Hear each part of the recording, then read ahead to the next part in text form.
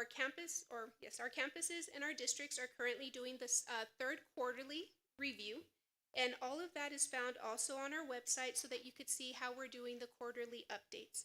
The performance objectives and strategies were approved by the board, and that's something that we're consistently working on to ensure that we're providing that transparency to our community.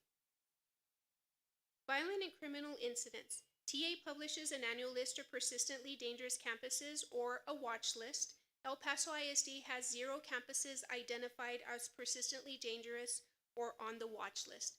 However, with this report, we look at focus areas. We're always looking at growing. So the areas that we are currently focused are on controlled substances. What we have is on outreach and education with our DEA presenters. And we also have another area of focus is fights and mutual combat. Currently, we are sharing information with multiple law enforcement partners. For example, our EPPD Gang Task Force. Other things that we're doing internally is we have training and campus supports. For example, de-escalation, calming spaces, restorative chats, supportive classrooms, community circles, and those are things that our amazing counselors are doing within our campuses. These are items that we are required. We ensure that we have our policies that address our school violence. So we have our policy for safety, FFA, local and legal, freedom from bullying, FFI, local and legal, and freedom from discrimination, harassment, and retaliation, which is policy FFH, local, legal, and regulation. As far as for our taper data, that's something that I'm going to turn it right over to Ms. Ferret so she could share with you what our data looks like. Thank you. Good afternoon. I'm Christine Ferret, Executive Director of Strategic Planning and Design. One of the attachments in this presentation is our taper, and that's a 32-page report with over 1,000 data points. And to summarize those key points and visualize them, we've provided a little bit of a graph. Overall, you'll see 2 main things related to the STAR data. You'll see that our STAR data overall for reading shows that we have made gains in reading at or above pre-pandemic levels. Our data in our math, science, and social studies shows there's still areas of growth to do. And our data for graduation will show there's still areas of growth and areas of focus, as well as our attendance.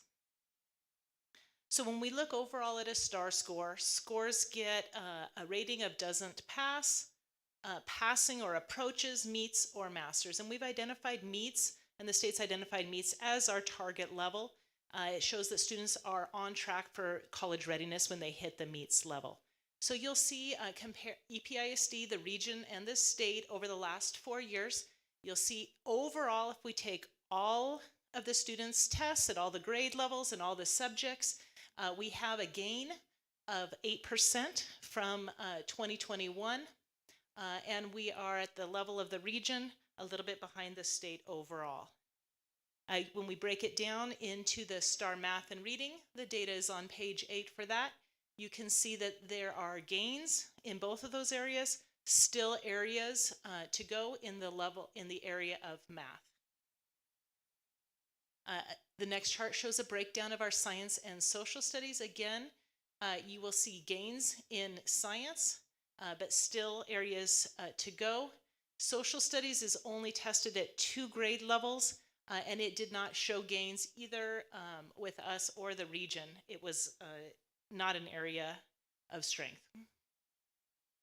Breaking down into 2 of our student groups, you can see first in blue reading, the dotted line is our federal targets in reading for our emergent bilingual, and the solid line shows the past 4 years of our students in emergent bilingual in reading.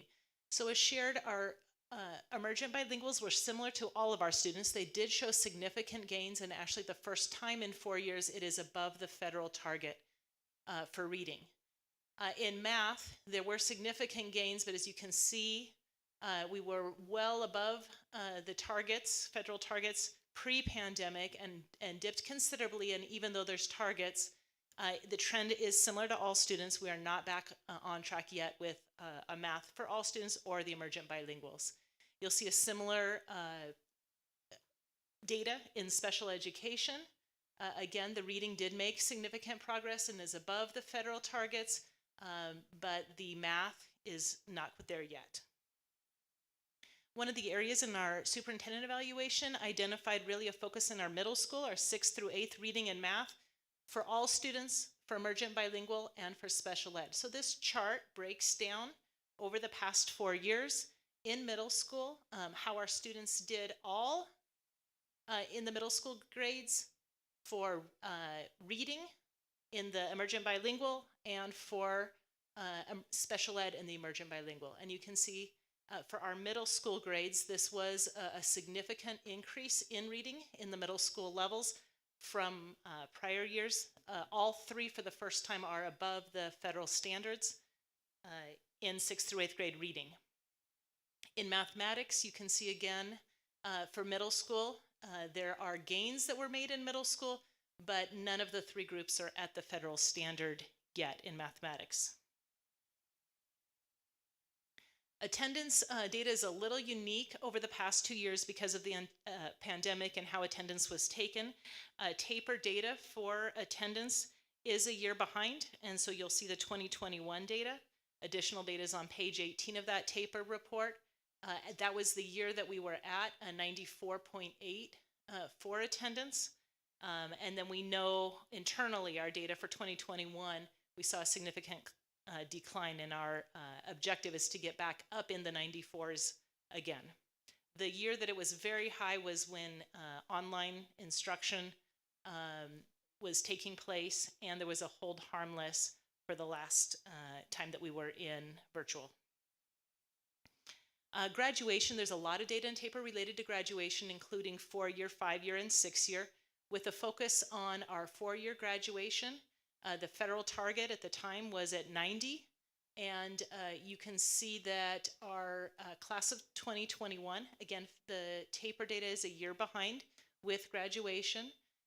Overall, and our student groups, emergent bilingual and special ed, are not yet at those targets. So there is work to do in our 4-year graduation rates. This chart shows the graduation rate by campus. Taper does pick for accountability the better of, they show both the 4-year, but they also for accountability allow students to, schools and districts to use the better of 4, 5, or 6. So you can see each campus and the district. Overall, the district, the state used the district's 5-year graduation rate, which was a 91.6. And you can see in the next column where that equates to on the A through F system that's currently in place, as well as a breakdown by campus and which graduation 4, 5, or 6 was used by the state. In the next section are areas of Taper that are specific to House Bill 3. It's one of the indicators of our annual report. You'll see in terms of our House Bill 3, our goals, early literacy or 3rd grade STAR, that we have made the gains in early literacy. We still have we've made progress in the area of college readiness. Those are the two strengths, and opportunities for growth really include the early childhood mathematics. It is not at targets, and there's opportunities in areas of college readiness and career readiness. This chart shows 3rd grade reading at the meets level. That's one of the House Bill 3 targets. You can see actually in this chart, when we look not only at our own goals and progress over the years, we made gains and actually outperformed both the state and the reading in the state and the region in our 3rd grade reading at the meets level. In the area of 3rd grade math, you can see significant gains were made. We are similar to the state and the region, but still have progress to do to get back to pre-pandemic areas and the House Bill 3 targets. And in CCMR for 21-22, you can see that the EPISD is above the state and the region, and it made a 5% growth in the CCMR targets. And then again, additional data points are on page 22. Breaking down the different criteria, these are indicators specific to college readiness. So the first 2 show college readiness, the next 3 show college credit. You can see in areas of college readiness, we are above the state and the region in all of those indicators. in areas of career readiness.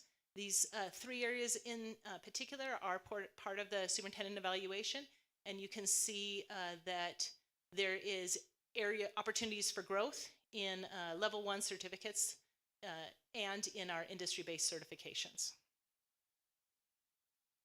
A breakdown for all of these House Bill 3 goals per campus and for each of our student groups. We do have a Tableau report open to the public that can show any of those breakdowns. In our final area of the taper, we have our student performance in post-secondary institutions. This is again a requirement of our annual report. Strengths will show that our district is outperforming the state and the region in student performance in post-secondary institutions. Data will also show a decline in enrollment. This is a trend across the state during the years of the pandemic. So this chart is enrollment in college. So one of our indicators is enrollment in colleges, and the second one is performance in colleges. So when we look overall, you can see district, state, and region. During the 1920-21 year, there was a decline in enrollment in college, but we are outperforming the state and the region. When we look at student performance, that's identified by students completing a full year of college without being required to take any of the developmental courses. Statewide, there has been a decline in that area, but our district and region, we have seen an increase in students able to complete a year of college without a developmental course, and we are outperforming both the state and the region. The taper does have a note in there that it is pending an additional update. They identified January as the date for that update, but it has still not been posted yet. And I will turn it over to our Chief Academic Officer for the academic response. Thank you and good evening. My name is Jacqueline Kennedy and I'm the Chief Academic Officer. So a little bit about our instructional response is connected to the data that you just received. What we've been doing is putting together a partnership between academic services and school leadership to really be able to bring both pieces of our work together so that we can look at supporting student learning by building capacity of our instructional leaders, but also our teachers through professional learning. In addition to that, we're also looking at key approaches to support teachers and students through core instruction in the content areas. And then in addition to that, we're also looking at areas related to graduation, CCMR, and post-secondary as it related to the data. So as I mentioned, the partnership that we're really working through are looking at these kind of cogs in the wheel. And so from an academic services division standpoint, where our largest focus is on determining what the strategy is and providing guidance to campuses and teachers around the instructional program. And so with all of the leadership team in academic services, that's our main priority. And so that includes all of our instructional core content programs and the student programs as well. That connection comes together with school leadership, and what their aspect of the work is really in monitoring and supporting through accountability what that looks like in implementation. And so we put a lot of the pieces together in central office through academic services, and then school leadership supports what that looks like on the ground in classrooms day to day. And so that kind of links what that looks like in terms of implementation, as well as the support that's provided at the campus level. And so together, the three kind of cogs include academic services, school leadership, and what our support is of the campus principal, and what that kind of pulls all of it together when we're looking at our instructional response to the data. So one priority area that we started with the school year with is looking at Tier 1 instruction. And so a big part of being able to shore up our instruction to support those data gaps was to start to look at 6 practices around core instruction, which also is aligned to or considered to be Tier 1 instruction. This level of instruction is for all students, And so what we started to go back and look at is where are the strategies and the foundational components of our instruction, and how do we begin to build from there and kind of start with what happens for students every day in every classroom at every school. And so you'll see these 6 practices. Explicit instruction allows us to be able to have a level of instruction that supports clear communication and specific instruction towards content and skill development. When you're looking at a standards-based curriculum, it kind of is the foundation for what supports what we want instruction to look like across the district. And so we also are making strides to come back and build that aspect as well. Within the curriculum, that always includes your curriculum, your instruction, and your performance-based assessments. So we're looking at making revisions to all 3 of those this year, and then coming back with stronger components for the following year. The other aspect of core Tier 1 instruction includes classroom behavior and SEL practices. And so being able to have instruction on those particular areas is part of core Tier 1 instruction. So it's inclusive of that, and all students are receiving it is a part of our work. The other 3 areas really do lend themselves to us being able to think about all of our student groups, all of our student populations, our special programs, and to be able to better meet student needs through flexible grouping, differentiated instruction, and then really looking at active student engagement. So these are the 6 areas that we've provided some core instruction across all levels. So that's with principals, with our campus teaching coaches, and with teachers in the classroom.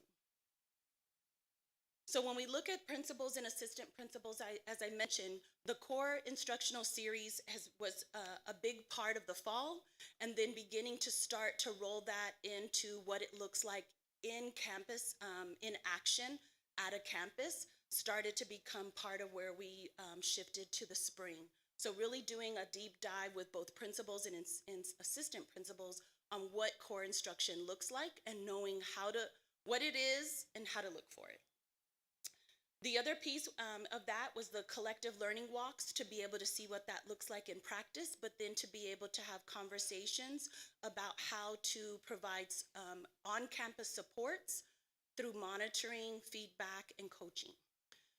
So those observations and feedback, that loop was also built in. We also did some support around change leadership through the Leader Shift book study that we did as a part of our Leadership by Design work as well.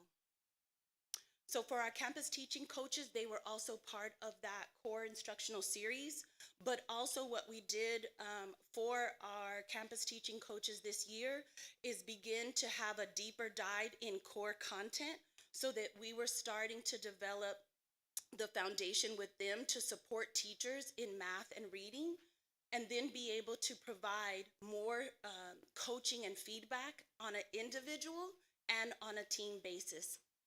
The other piece that we started were a content support sessions that we started to roll out with campus teaching coaches, and then started to expand that into smaller teams where we might have the campus teaching coach, an administrator, and a group of teachers begin to start taking some deep dives into their data, analyzing their data, determining where there might be gaps in student learning needs, and then identifying intervention plans for additional support in day-to-day instruction. And then we also had some job-embedded professional learning, where we were able to provide some support specifically in math, because that was one of our biggest areas from the data, where we were able to come and have teachers come together with central office support from our facilitators, in addition to teachers being able to see modeled instruction for them, and then be able to kind of unpack what that looks like to start to develop sharper practices around instruction in math in particular. So what we're thinking about for campus teachers is being able to go back in those classroom content sessions. We did a deep dive around TEKS alignment and really ensuring that teachers are teaching at the level of the TEK. And so that provides that rigor and depth of instruction that is needed. The other piece is looking at some the curriculum essentials to go back and start to connect what we're using for our instructional resources and materials, and making sure that that connects and has a tighter alignment with what is actually happening when they're planning for day-to-day instruction. We had targeted intervention approaches. So what I mentioned before is when they were coming back with the campus teaching coaches and those teams, what we were doing is bringing back together those intervention plans. And so that allowed us to have a little more of a targeted intervention approach. And then coming back and looking for checks for understanding. So as we are leading instruction in the classroom, teachers are becoming more proficient in ways to assess student progress along the way towards those progress or those target areas. So checking for understanding along the way and making sure that we're seeing where students are progressing before we get too far into each of our 9 weeks. So that's more of our Tier 1 instruction, which was really to support all students, all classrooms, all teachers. When we started to look at targeted support for Tier 2, we kind of looked at a process to start identifying what are our actual needs and being able to think about what are student learning needs that are then allowing us to be able to unpack what our teacher learning needs are. And then from there, planning what that support needs to look like, implementing those supports and strategies, and then monitoring it along the way.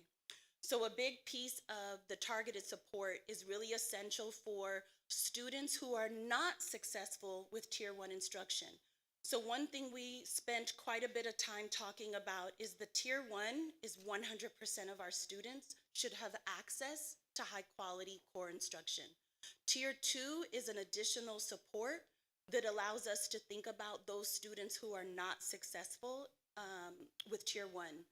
So we use that data along the way, and those checks for understanding and those progress checks along the way to start to determine what is our plan and those intervention plans to either scaffold or to provide additional supports along the way through reteaching and small group instruction. So a few things that we did with teacher teams, as I mentioned before, were much more tailored to a different set of schools. So what we started to do is look at our data along the year from our 9-week and interim assessments and start to determine where are we still finding students have learning needs, which then helped us to scaffold that up to where we need to provide additional supports for teachers.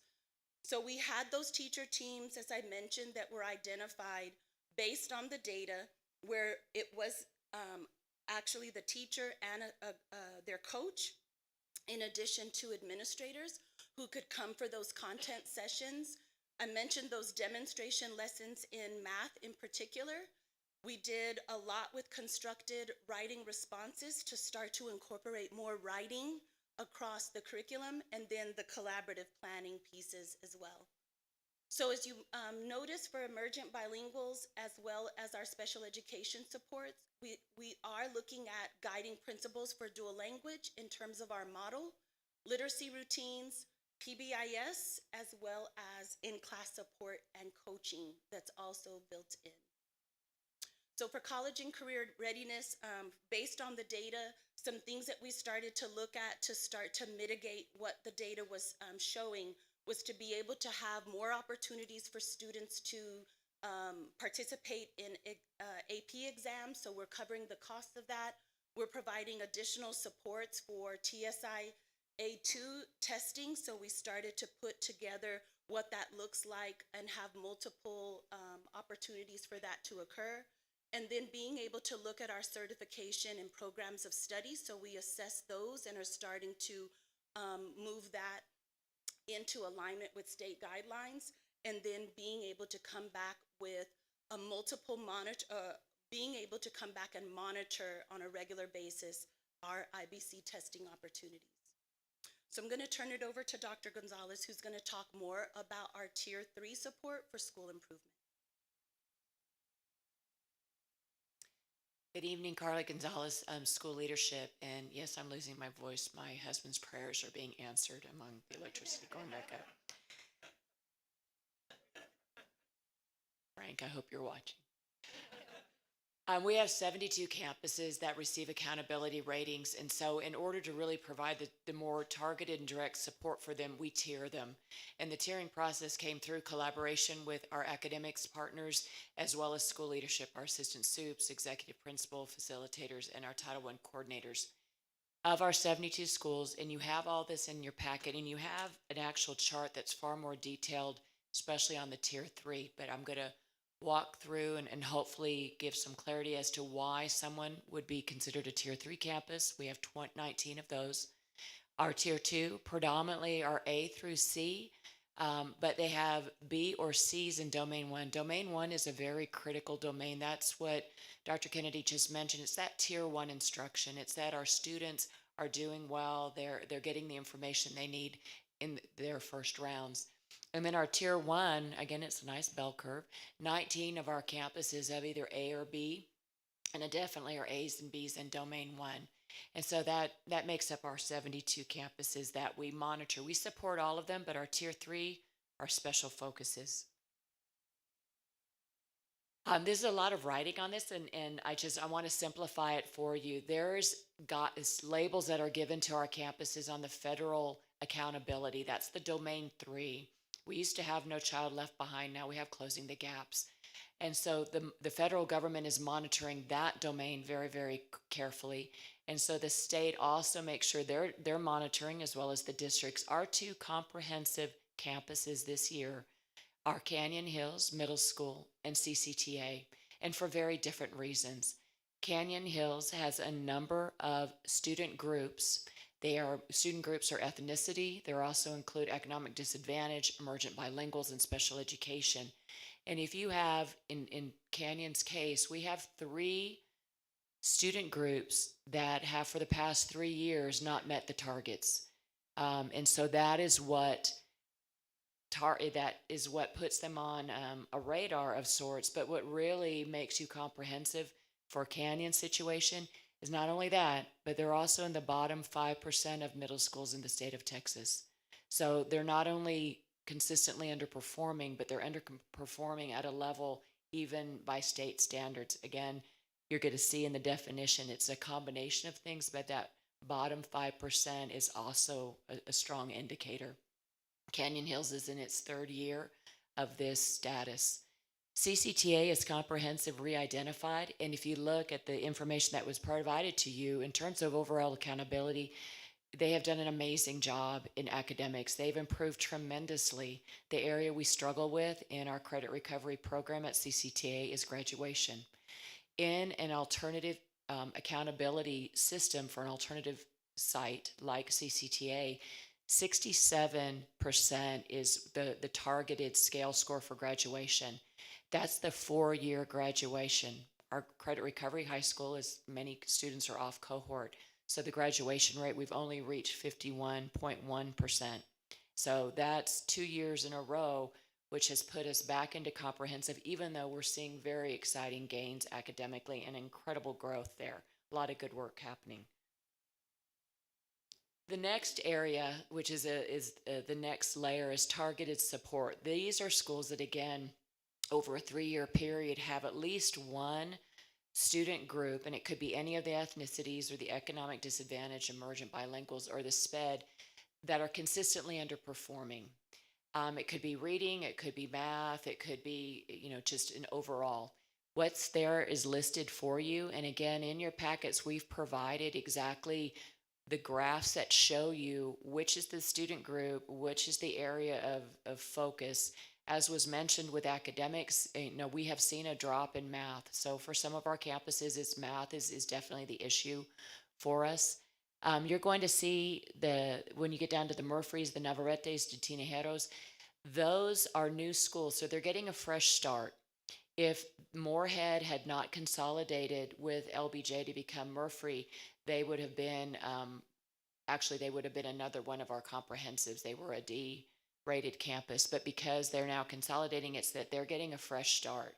Although we are going to continue to track them just as closely as if they were still having the targeted support title. Same thing with Navarrete. Was Armendariz was one that we were targeting very closely, as well as the state. Henderson in the Tinajero consolidation. Guillen is part of the Effective Schools Framework Focus Grant. And when you're part of that grant, it's a requirement that you're going to do the targeted improvement plans. You're going to be monitored by the state. But that's something we're choosing to do because we know that we have a couple campuses that are just traditionally have challenges, and we want to ensure that we build the strong systems and structures within them to build that academic potential, and so that they can be successful and continue to grow without the additional supports. Additional targeted support, we don't have anybody that falls under that. Terrace Hills, had they not consolidated Bobby Joe Hill, additional targeted support is sort of in between targeted and comprehensive. You have more groups that are growing. You don't just have that one identified student group. You have a number of them. So it's sort of that warning area that we're getting into that comprehensive zone. And then we also included students who had campuses that had a D or F in a domain, basically in domain 1. Hart, again, part of our focus grant, when they are part of that grant program, they automatically go through the school improvement process with the target improvement plans and report to the state. You can see the other elementary schools that we also are just monitoring very closely. These schools do not have a targeted label at this time. We want to avoid them getting there. So we're working closely and providing the supports almost very similar to the ones that are in comprehensive, targeted, or an additional targeted. The 4 high schools that you see in the lower part of that they previously had received a targeted label, but they have exited out of that because they're showing growth. They're showing growth both academically and in graduation, but we want to keep them as part of our Tier 3 grouping so that we can provide that additional focus and continue to make sure that we're embedding the systems and structures, the Effective Schools Framework guidelines that help schools become more sustainable. These are just a few of the things we had presented earlier in the year what we were doing to support our more struggling campuses, and this is just a review of those things. We really are guided by the Effective School Framework model. This is a state model that is supported by our Region 19 partners. The targeted improvement plans, these campuses we require, whether the state requires them or not. Many of our campuses, we continue to have them follow the target improvement plan. On the right side of that slide is exactly what goes into that. It's a far more focused. You go through the needs assessment. You really are data driven to find out what are the root causes. It's not just that emotional response to why we feel our kids are not being as successful or our teachers are not reaching the students. This is really more data driven. And then again, this is the levers out of the Effective School Framework. And just again, a refresher, the lever 1 is the leadership and planning. Lever 4 is the instructional materials and assessment. And 5 is effective instruction. It's really that data-driven, the DDI. It's the LAFA, which is the lesson planning and formative assessment. It's again, these are all just best practices for campuses that are successful. It's being very focused. It's having that constant, as it was mentioned, school leadership, we monitor. Once it's implemented, we're making sure it's being implemented with fidelity and we're monitoring. That's what all of this helps us do.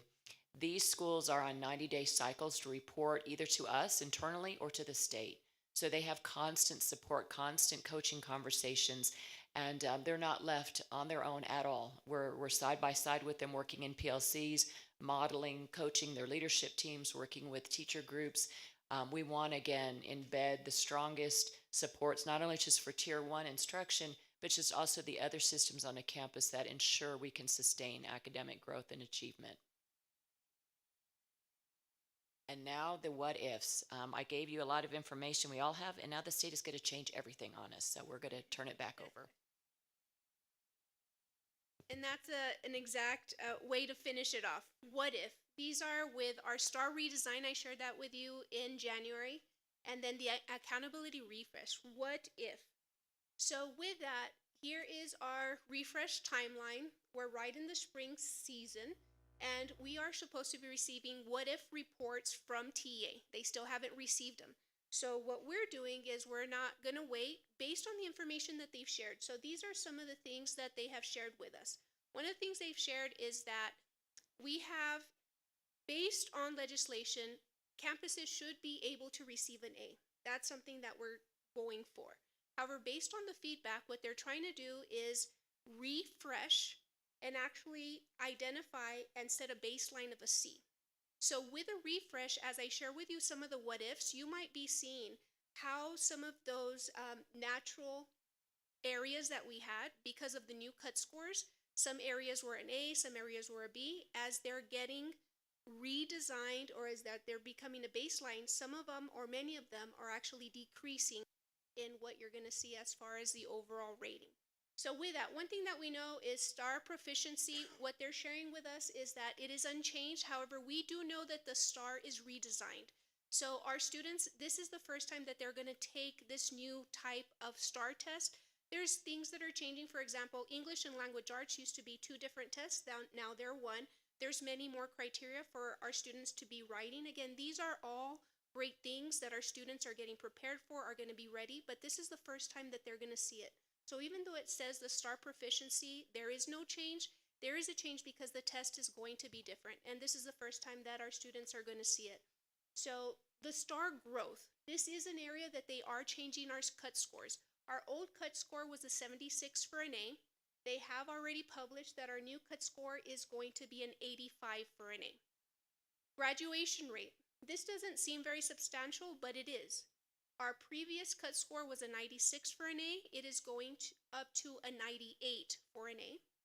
And for CCMR, we have shared this with you all since January. There's many factors, and I'll go through them, but one of the biggest thing is the cut scores. The old cut score was a 60 for an A for CCMR, and now it is up to an 88 to receive an A. So I have a couple of comments.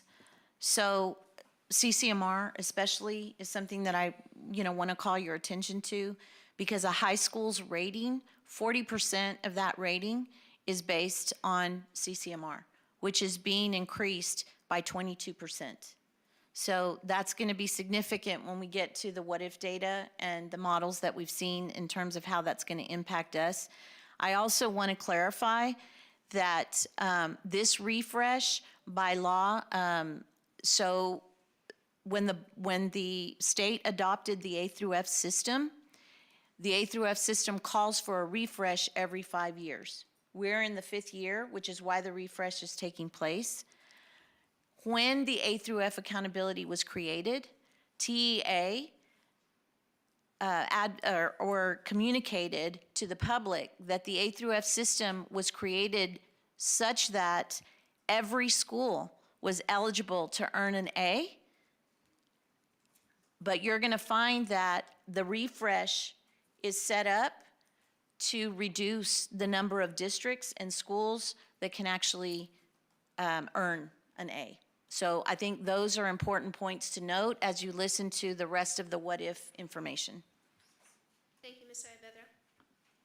So what we did is we're looking specifically at high schools now. As you know, we have our domain 1, domain 2, our domain 3, the 70%, which is best of 1 to A to B, for domain 3, which is 30%. And with that, I want you to pay attention to the areas that have big change on there. And if you notice, there is a big change in each one of the domains. So for example, in domain 1, STAR components, big change, there's a new test design. Another big change for CCMR A through F scaling, there is a 28% increase. Our new baseline for an A is at an 88%.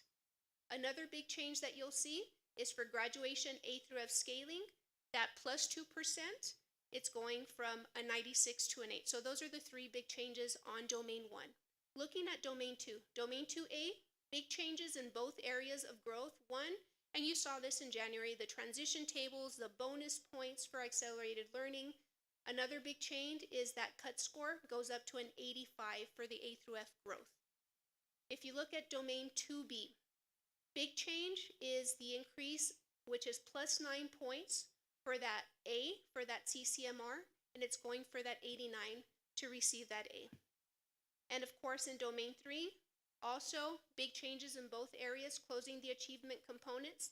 There's new targets, new supergroups, new methodology, 0 through 4 points per indicator. FYI, this still has not been released to us completely yet, so we're still flying in the blind a little bit right now. And then domain 3, as far as closing the gaps, A through F scaling, big change. The possible points, 68%, and of course, 88% of possible points for an A to be received. So if you notice, in every area in high school, there are big changes identified within our formula. So with that, what we did is internally, we actually looked at our CCMR data. So if you look, these are our 10 comprehensive high schools and our specialty schools off to the right.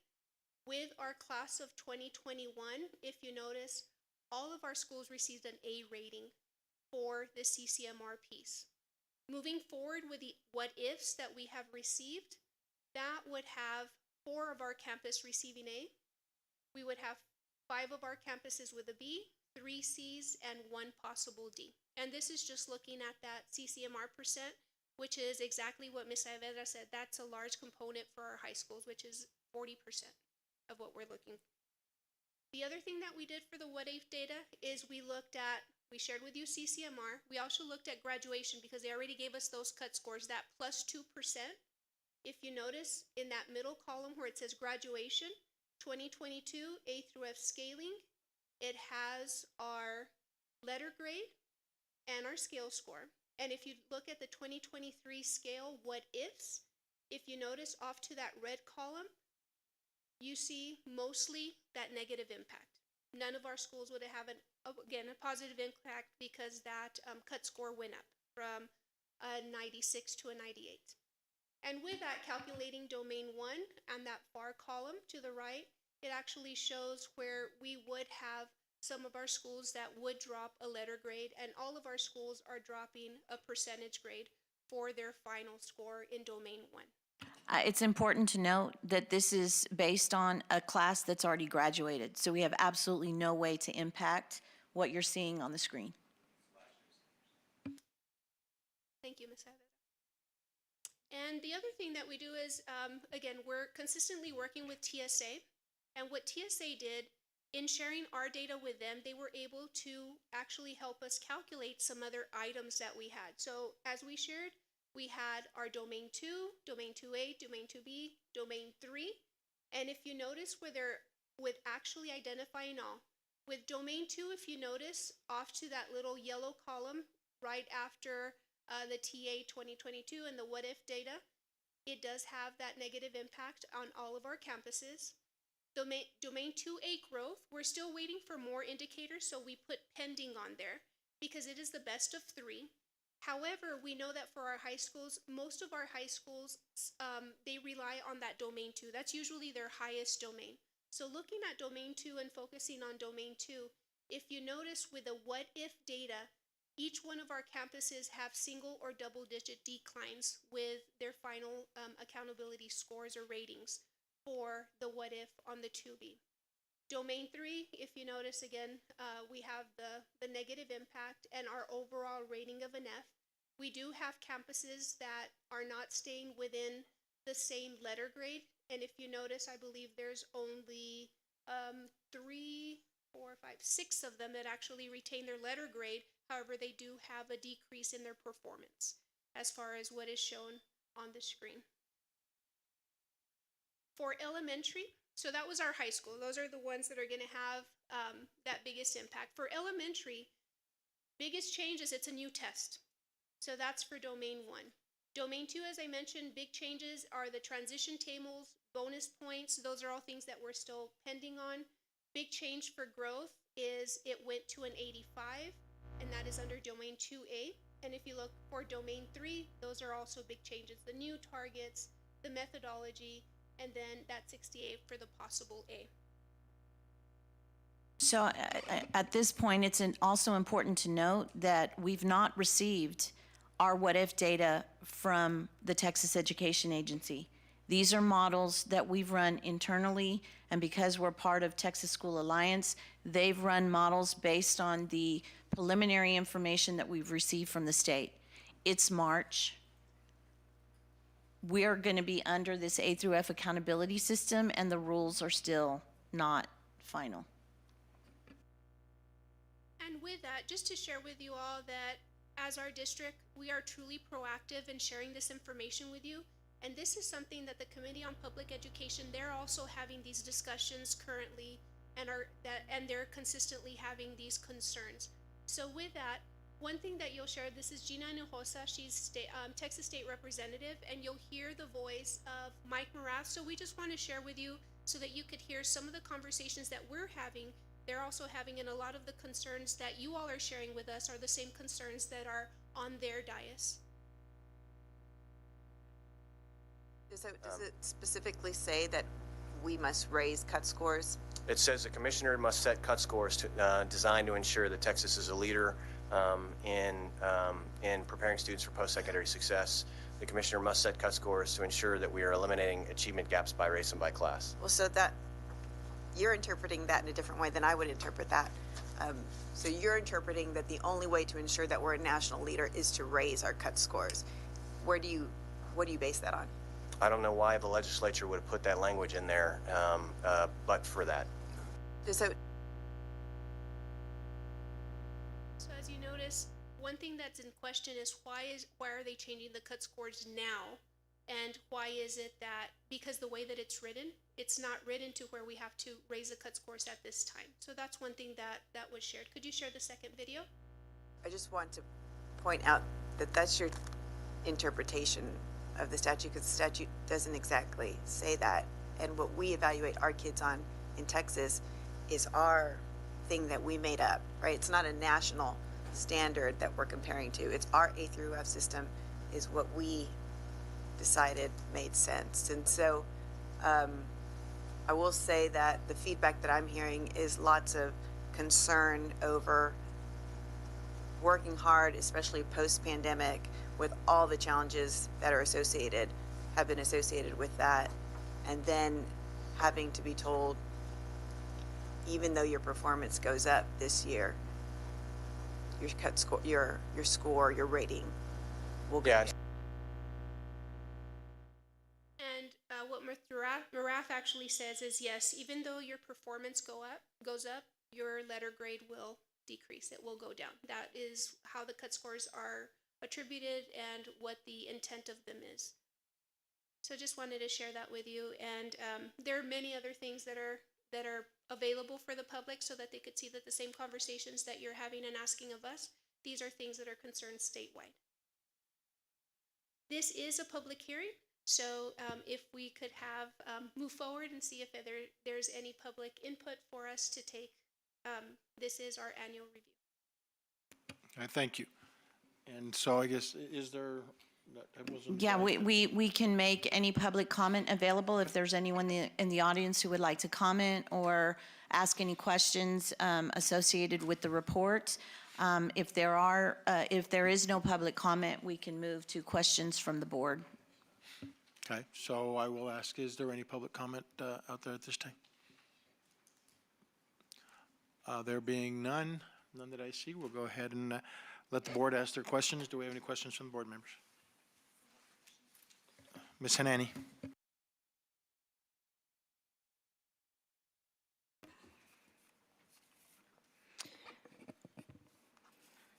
Trying to gather my thoughts. Talking about scores is always tough for me because as much as we don't want to focus on scores, especially one test, the reality is that we do have an assessment that is state norm reference that we use to measure progress.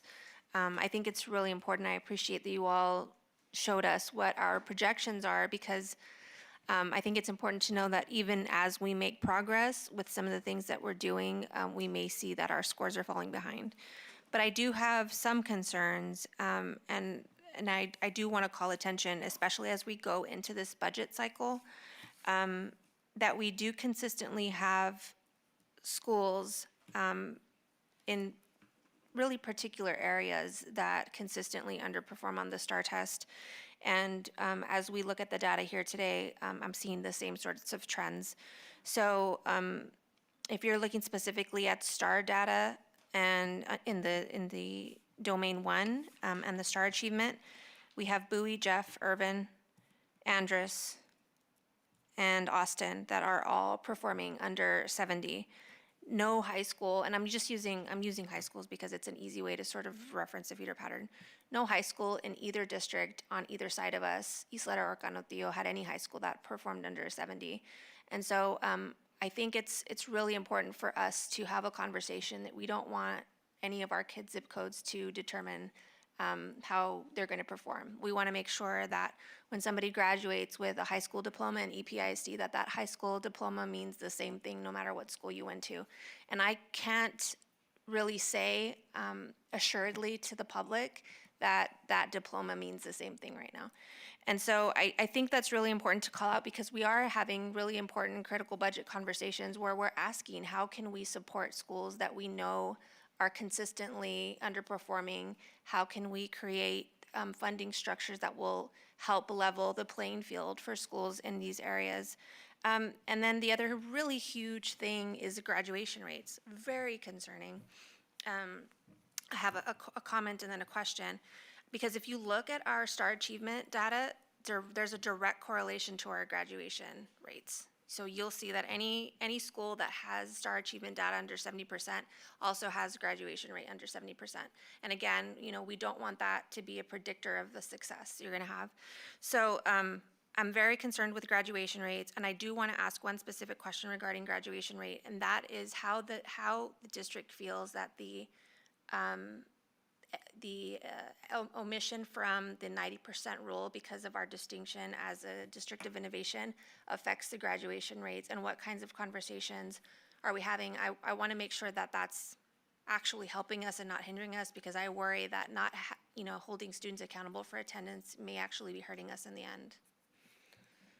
I don't think we've looked specifically on the District of Innovation as far as the 90% rule.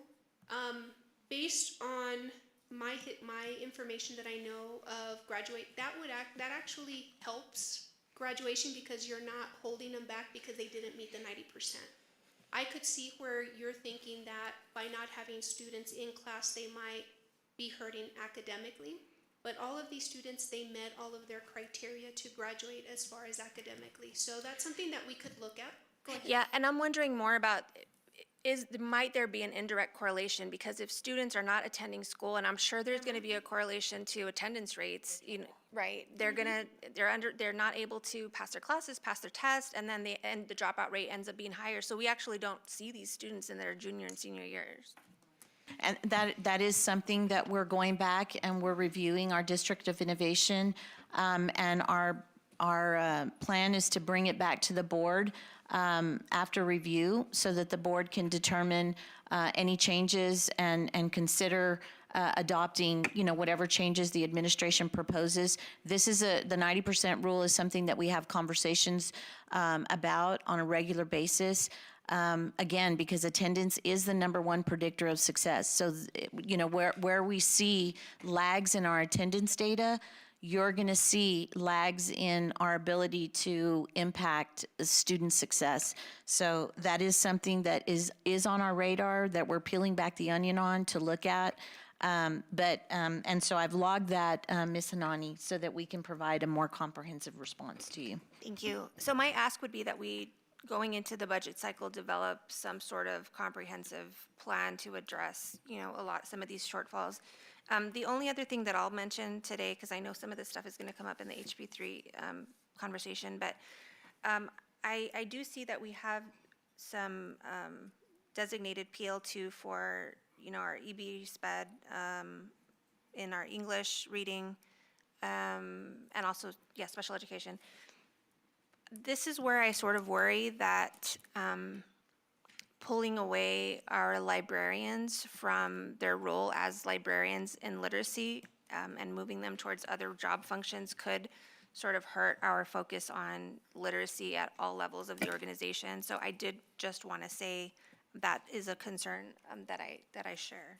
And I would share that our intent is not to pull them away from their literacy focus. As a matter of fact, our focus is the exact opposite. So if you go back and look at the state standards for librarians, their intent is heavily tied to literacy. And so that's where we want to get them back to. But they're currently not as embedded in those practices as we would like them to be. So we're working with a group of librarians. We're looking at the state standards. We're assessing where we are along those state standard rubrics so that we can address those issues so that we are significantly more literacy focused in terms of the support that comes from the librarians. And then one other thing really quick, because I wrote it down. When you talked about Canyon Hills, you mentioned ethnicity. What specific student group were you referring to? The student group that is Hispanic at Okay. Canyon Hills, it's Hispanic, emergent bilingual, and our SPED populations that have consistently over the past 3 years not met the targets. Okay, and then I guess the other ask would just be our specific instruction, our specific strategies to emergent bilingual. I feel like emergent bilingual continues to pop up as a group that we're having consistent problems with getting them even at English proficiency. So if we could have that in a future update as well, something a little bit more targeted. Absolutely. Okay, other questions? Yes. Mr. Call? Looking at the 6th through 8th grade STAR test results in reading, looks like there's been a healthy improvement, which is great. So good job on that, everybody. Obviously, we're not where we want to be, but it looks like there's been a vast improvement. But I couldn't help but notice, at least in terms of the federal and state targets, we saw a really healthy improvement in reading, but we didn't see it in math. So, as a non-educator, can you kind of break down for me like why it's easier to move the needle on reading apparently, but not in math? And why our kids are still lagging? And of course, I have my expert here, but as far as for the mathematics, the conversations that we've had is mathematics is a lot of tactile, a lot of visual, a lot of hand over hand. When we were in pandemic, we were on a screen. So we were doing a lot of manipulatives on the screen for our students to actually learn the numeracy. Now that we have them here with us, now they have their tiles in front of them. Now we're able to actually help them see, and whenever there's a mistake, we're actually able to give them that individual immediate intervention because the teacher's able to see it right there. So as far as for numeracy, a lot of it is that hand one-on-one intervention. Dr. Kennedy, is there anything else? Even in 6th through 8th, it's pretty tactile. It seems like that would be more elementary school. This was something that has been identified nationally, and I don't know that people fully predicted or appreciated how much in-person instruction versus virtual instruction was essential in math. There's so much new learning, particularly 6th grade, but all the grade levels, the new learning and hitting it that length of time for most of our students in middle school. Most of our middle school students were online. It was, an entire year of virtual learning in mathematics. So we kind of are aligned the state and national trend in that area, and I think people underappreciated how much in-person learning was essential to the mathematics. I think also, Mr. Call, as I think of my work in curriculum, your standards in literacy are very recursive. And so they're not necessarily new. You just go into more depth and you use more challenging text to continue to push kids moving forward. So by the time they get to middle school, you've got kids that are reading to learn, not learning to read at that point for the vast majority of students. But in math, that's not the same. There are still a lot of new learning concepts that they're challenged with. And so I think that's where there's a big difference in terms of reading instruction versus math instruction. As you go up and matriculate, there's a lot of new learning that comes with math.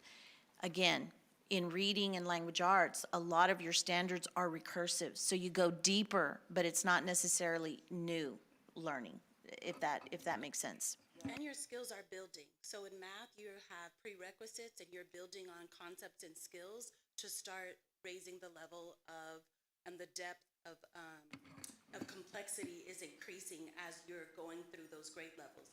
What we also noticed though, in particular, was that for students that were getting support at home from parents, parents can read to kids, they can have conversations with kids about the comprehension, they can support that ongoing reading fluency.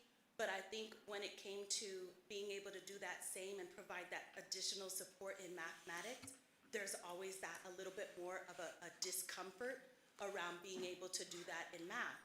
And so when you think about what parents could gravitate towards is, let me read to my kids, make sure we're at the library, get books in their hands. And so I think we saw that statewide because we needed to have that additional support from home. Yeah, that anecdotally, I can definitely confirm that. So when do we expect to see this type of bounce in our math scores?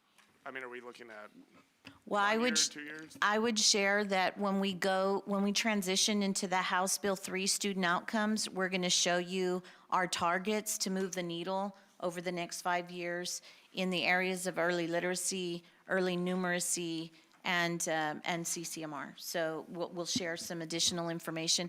But I'm going to tell you that it's going to take significant time for us to consistently move the needle and turn the corner. Because you're talking about students who experienced early numeracy via virtual instruction who are now in third grade or beyond. And so they may have more gaps than what we would traditionally see via face-to-face instruction. Thank you. Dr. Acevedo? So a lot of information to process. Appreciate you putting it together and presenting it. Trying to gather my thoughts in terms of where to start, so I'm trying to be as succinct as possible. I guess the first comment/question that I have is just trying to understand how we're here, right? Because a lot of what we see here is the region, so Canutillo, Isleta, Socorro, etc., are outperforming us in different areas. I know that we were good in reading. That one comes to mind. But then I come back to attendance, and they're significantly outperforming us. And so what do you think the causes of this is? I don't know if it's, I know there's been a lot of damage done over the last decade at this district. Is there the lack of curriculum that we haven't had a curriculum in place, a big reason that that's not happening? What are we doing about, attendance trends? I know we did that really awesome You Matter campaign in the buoy feeder pattern. Is that something that we need more of to get attendance up, especially seeing those numbers still being in the low 90s and having to go up? So that's kind of my mess of words, if that makes any sense. So I think there's a couple of things that we are looking at and that where we find ourselves as a district in general. So I think when you ask about curriculum, and I shared a little bit of this when we talked about the academic response, is being able to ensure that teachers or that students are receiving great teaching every day is kind of like priority number one. And so when we start talking about that equity issue is, do students have access to great teaching every single day at every single campus in every single classroom? That's where our priority is.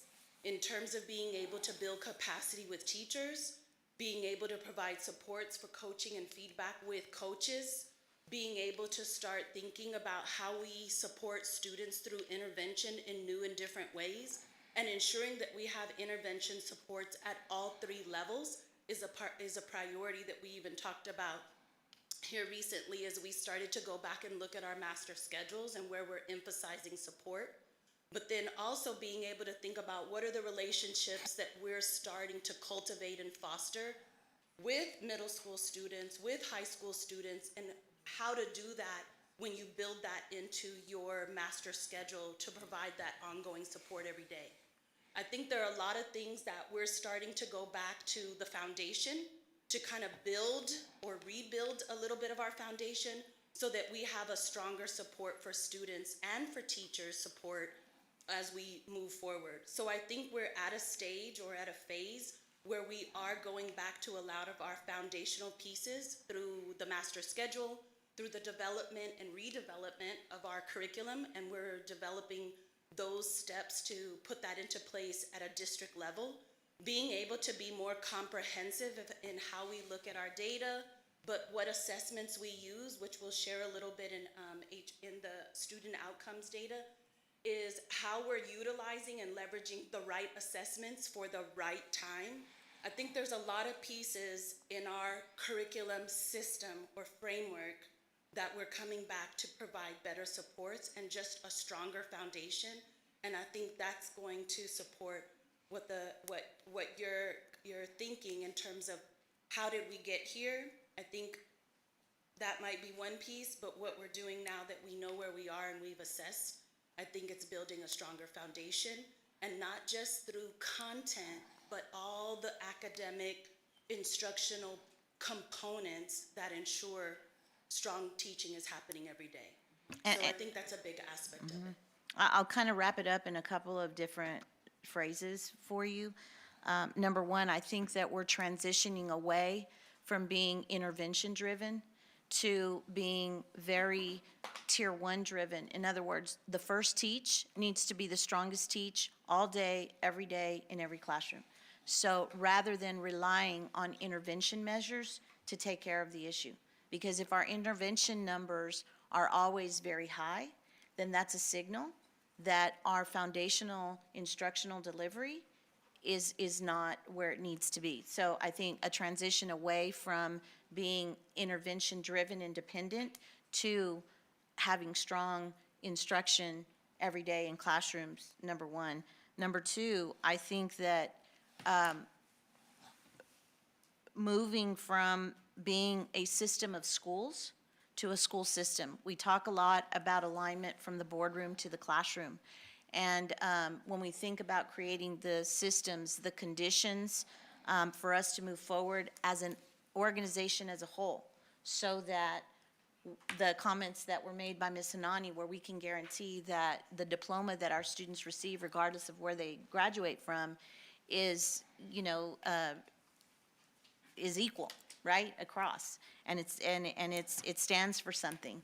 And kids can be proud that they've earned it.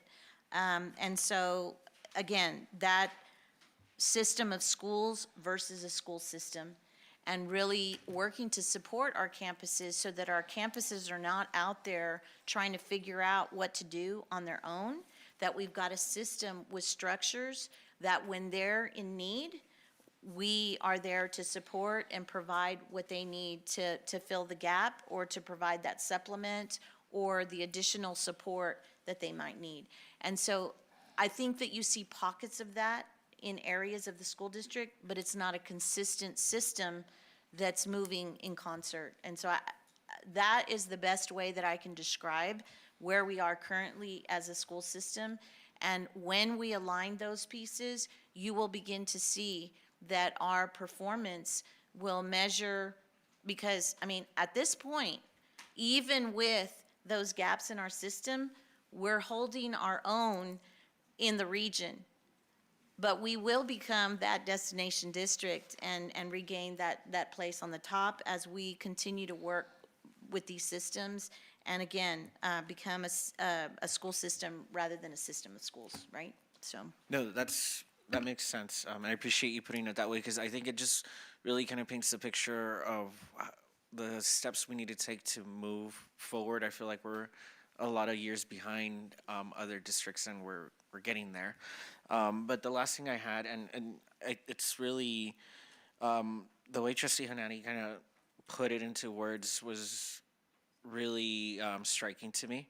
And I think with Ms. Ayavedra constantly saying attendance is the number one predictor of success, which I also appreciate that, it just gets me to thinking about block scheduling that we have and how we are servicing our student population with block schedule.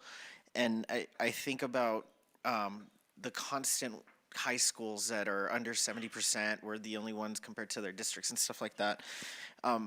When a student misses a day, they don't get to do that until the 2 days later, right? And so if maybe we weren't on a block schedule and we were on a more traditional schedule, would that help increase student outcomes in that way? And I just kind of pose that question to whomever, but I'm wondering how we can help with attendance as well.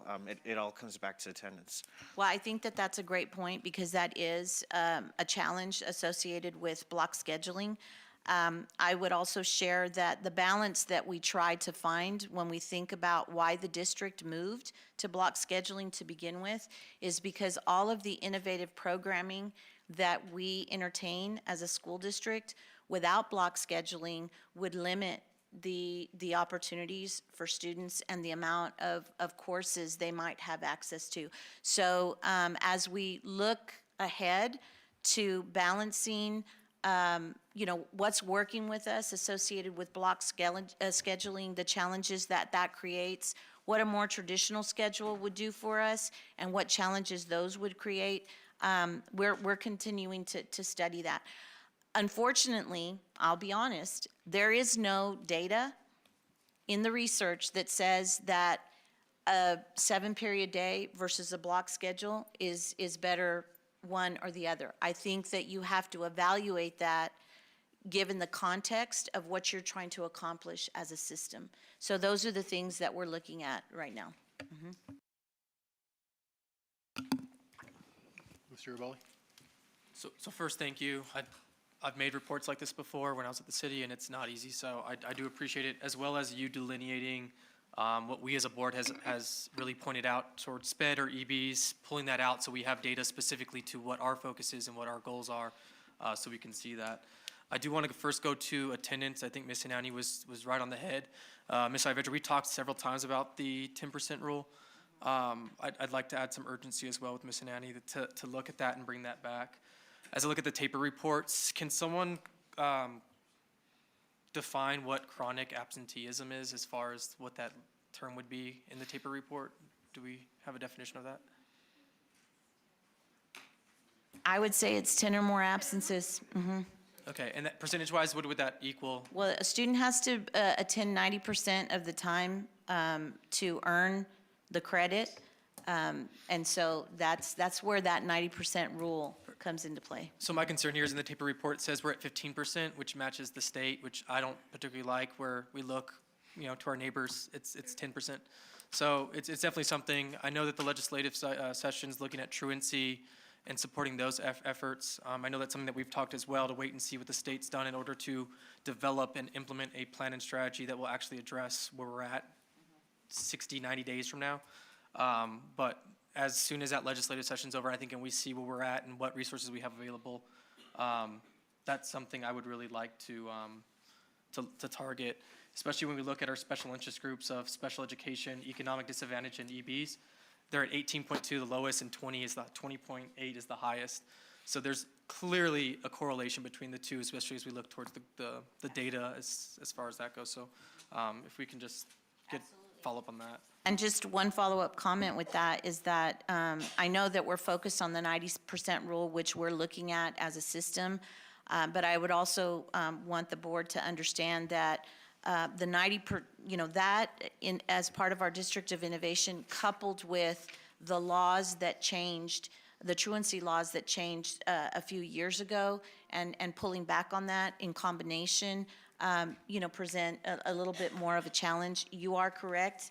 During El Paso days, when we visited several of the legislative representatives, they did share that there is legislation that's being proposed to tighten the truancy laws. Not completely, but there are measures that they're looking at to create a greater sense of accountability for attendance, so. And perhaps in those changes and those resources that come from those legislative bills, that we can find a way, maybe traditional bell schedule's not that fixed, but maybe it is the support and resources coming from this legislative session. I'd like to, I think, Ms. Ferret, this was you, which was the student performance in post-secondary institutions. I know the last data point that we had showed that we were increasing, and that was data from 2018, 2019, slide 37. Do we have a projection of what that looks like with the most recent year? It's obviously lagging behind as far as data. Do we have an idea what that's going to be like? So that data we don't have internally because it is students' enrollment in and completion of the Institute of Higher Education without remedial classes. But we do see as we do exits, students enrolling in college, and we do see as we look at our TSI, because our TSI is the 4 measures that you can complete college without remedial classes, the ways that students can complete, we have more students prepared. We do know during the pandemic, us, the state, the nation did have a decrease in enrollment. So I think we will probably for another year at least see a decrease in enrollment in the Institute of Higher Education, but continue to be above the state and the region in terms of completing a year without developmental courses. Thank you. And then Dr. G, I did have a question regarding the previously targeted high schools. I know as we look towards the changes that are happening, we can clearly see that Austin, Bowie, Irvin, and Jeff are all schools that would drop significantly in their A through F accountability.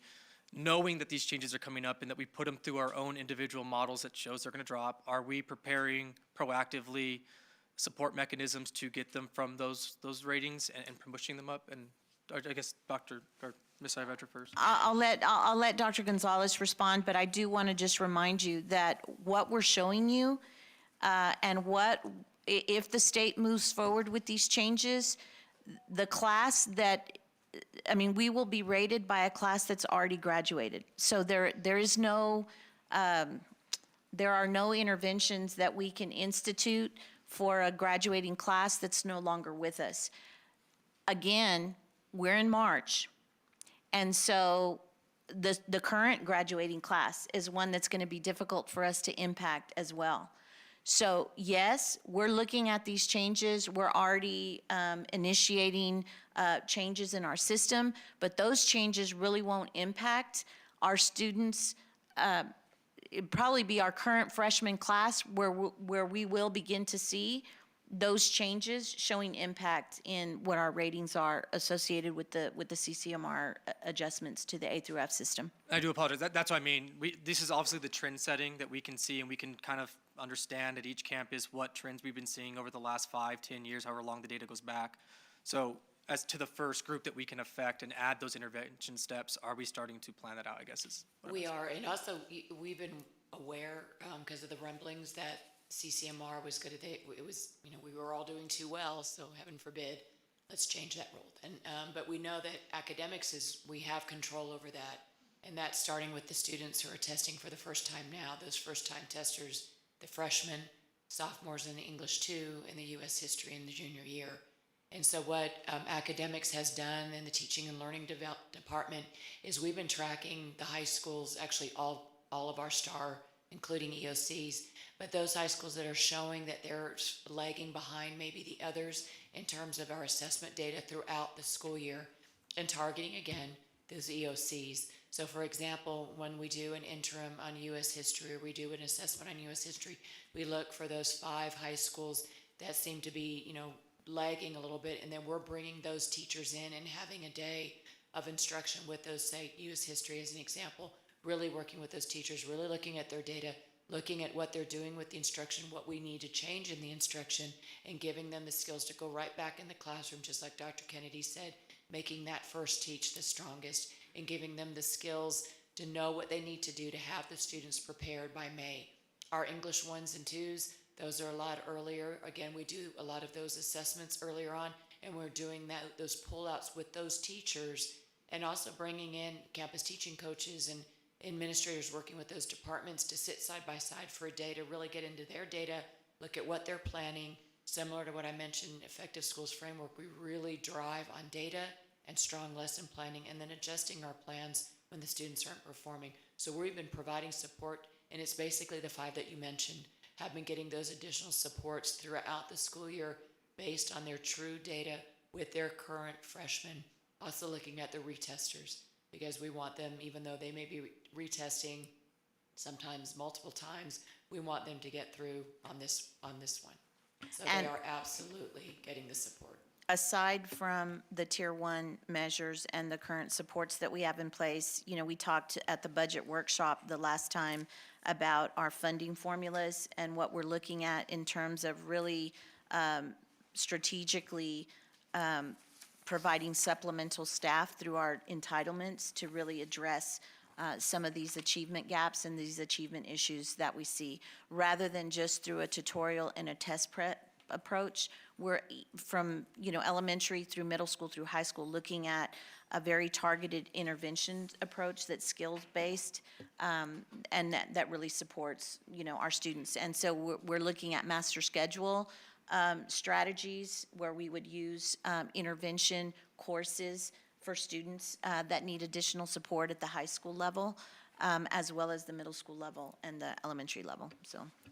And the last points I'd like to just kind of look at. So the first thing that, looking at the data, something that really comes to concern to me is the equity issue. You start to see a trend across this district where, not on what we're doing, but on how TEA is going to measure standards, that our economically disadvantaged communities, our communities with higher numbers of high-risk student populations, are going to be directly affected by this new measurement. Unfortunately, there's not much we can do about it. I wish we could. I will say personally, I do believe that there's a scent of politics behind this. We were not talking about school vouchers and things of that nature last month, because you can only talk about certain things during the legislature at certain times. We're going into where it's open season on these bills being heard in committee. I wouldn't be surprised if the TEA announces these new measurements and then correlate it directly to why school vouchers need to happen. I'm not saying that's what's happening, but that's, I wouldn't be surprised if that doesn't happen soon. Unfortunately, TEA, in that meeting in Austin, told us very clearly the only support they're going to give us is helping us communicate to our community why we dropped from a B to a C, or what those impacts may be, but not really mechanisms of how we're performing or what we're doing. For the board that were not at El Paso Days, that was really something that was really prevalent during those conversations. And then I guess at some point, this is a recalibration, I understand that, but we just have to do a better job making sure that by our standards, by our measurements, we're maintaining our standard of growth, our performance measures, and then directly explain that to the community and be very transparent through that process. So thank you very much. Thank you. Are there any other questions? Mr. It's Nunes? not a question, but I just wanted to, on that note, Trustee Arabaldi, yes, I noticed that too when we went to go visit the TEA, but I just wanted to mention, thank you, Ms. Saavedra, for getting us back into alignment to, focus and identify the needs, what we need to move forward. As you know, a lot of those schools are within my district, and so the first thing I reached out to Ms. Saavedra when she first came in is that we needed help. So anything that you all are doing for us, it's greatly appreciated. Thank you. Thank you. And I don't have any questions, but just, again, the great report. There's no doubt that EPIHD has its very own specific challenges. I don't like to compare EPIHD with other districts because there's just so much happening in different districts that are so different than what we have. EPIHD is unique in this community in that we have some of the poorest and most disadvantaged areas within the neighborhood, which become some of the greatest challenges to be able to address and ensure that we have equity over there. And so I can certainly understand the challenge behind that. However, we do need to understand, and we do understand that exists, and we need to be able to move forward to make sure that every child in our district has equal opportunities for an excellent education. But it also goes beyond those limits. Really, I do believe that for us to truly achieve success, we got to bring the community behind us because we're educators. But there's so much social work that has to happen in those areas as well, because families are experiencing so many different issues that all relate to a child being able to succeed in school. And that's something that is fairly unique to areas that are disadvantaged versus other areas. And EPIHD, I think, truly has some of the higher percentages of those problems within our boundaries. But great report. I think we're on the right track. I think, unfortunately, we're going to have to deal with what TEA is coming down with. So I think the best thing we can do with respect to that is just prepare ourselves so that when that fastball comes towards us, we can take a swing at it and hit it right back. So, Ms. Saavedra, great work. I've got all the confidence that we're going to be able to address all of these. I know it's going to take a couple of years based on what I just heard for us to be able to truly rebound, because we're already behind the 8 ball when it comes to them evaluating classes, last year's class and then this year's class, which in 2 months will be last year's class. So thank you, everybody. Okay, we'll go ahead and move on. We are now at item 8A. I'm sorry, did I miss one? Okay. Okay, item 7A, annual student enrollment analysis. Yes, The report. sir. Thank you, President Velarde and trustees. We've got Ms. Macias back at the podium to share with us our annual enrollment analysis.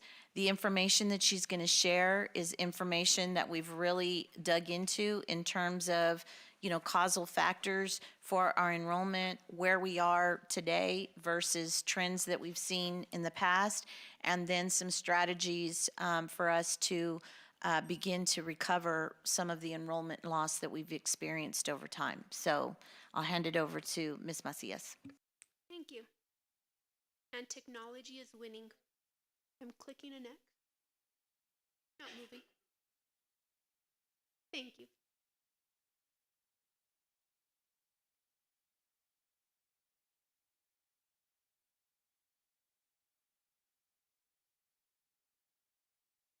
Thank you.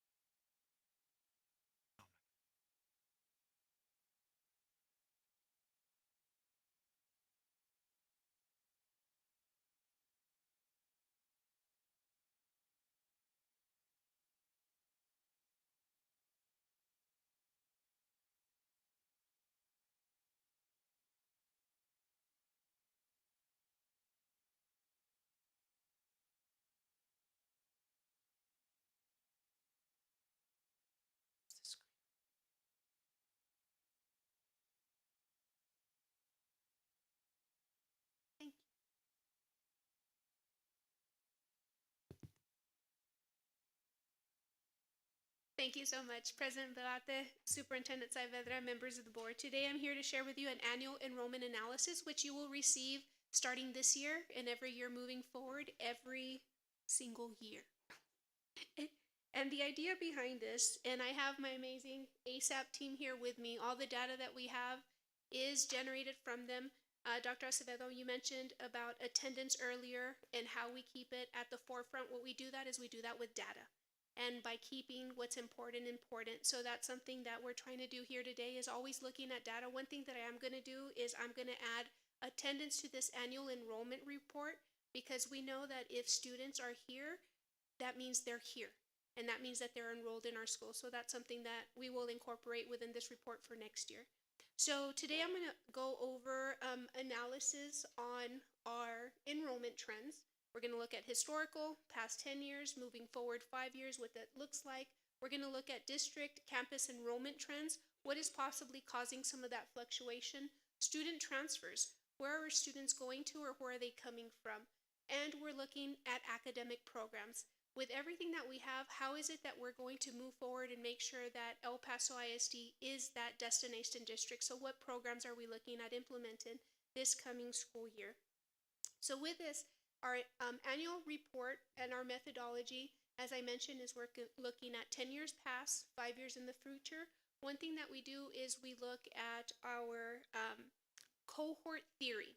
And one thing that, again, I have my experts back here just in case I fumble through it.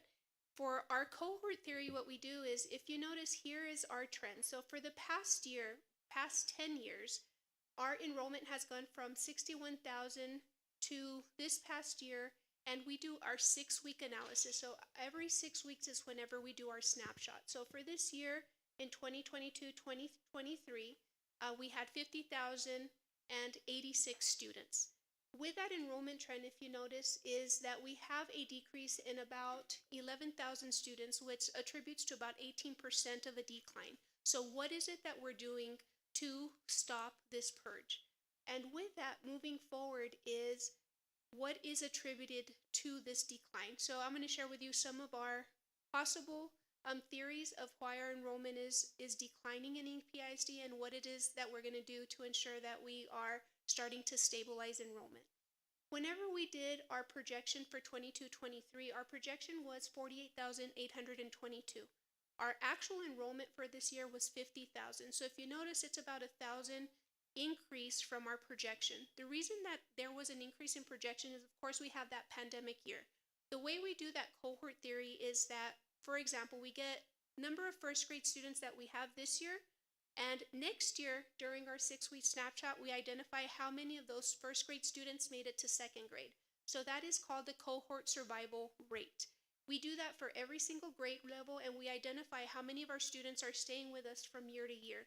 With that, we do that 3-year average, and within that average is how we identify our projection. So the good thing is that this year we made gains our projected decline. Again, our projection was 48,822. Our actual enrollment as far as in the 6-week, it was 50,086 students.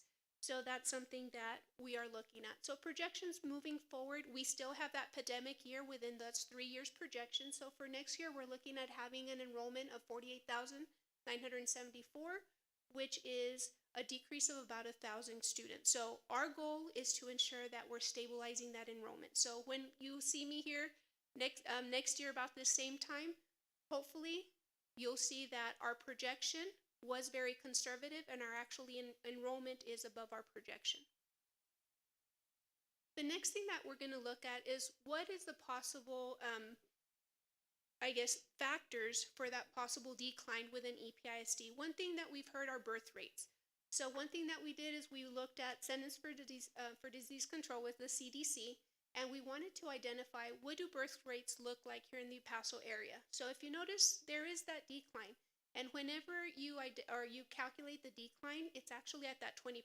So it does kind of show that birth rates in the area are declining, which then does support the fact that EPISD is a stable district based on the birth rates within the area. Other area that might be a factor as far as decreasing our enrollment is transfers in and out. Again, we have the history from 2011 until currently. If you notice in 2011-2012, we were upside down. Number of students coming into the district were about 1,302.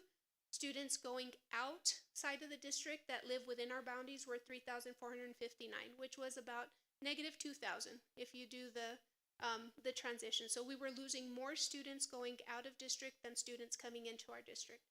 Now in 21-22, if you notice, the transfers out increased by 50%, which was now we have in 21-22, we had 3,388 students that were transferring out of the district. So what is it that we're doing to ensuring that we're keeping the students that live within our boundaries and ensuring that they're not transitioning to possible other districts or other charter schools? The other factor that we have is we wanted to make sure to share or actually look at what the trend is looking at for all three. So if you notice, the first one is our enrollment. We had a decrease of 4,572 students within the last 10 years, and we're looking at 2020 data because it's the data that we have, which is that natural point with all three data sets. So we have negative 400 or 4,500 students, which is a declining birth rate of 500 students, 550 students per year.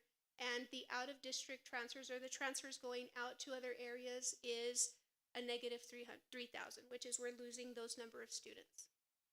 So what is it that we're doing? We're looking at our data. So one thing, as I mentioned, for our ASAP team, we have a live and attend dashboard. So every single campus identifies where is it that their children are going to school. So every single campus knows where their students live. Are they within their zones? And that's why this is important, because we're actually going to start looking at our attendance zones. So this identifies if the students within their zone are actually attending the school that they're zoned to, or if there's other students coming to their campus, where are they coming from?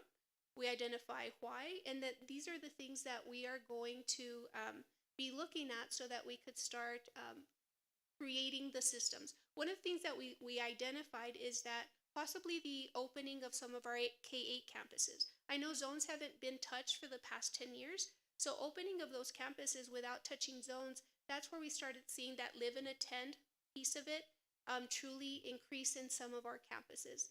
The other thing that is a positive that I want to show is the out-of-district transfers. These are students that are out of district coming into our district. So if you notice, we do have a large amount of students coming from Canutillo, East Led, and Socorro. Those are our top three.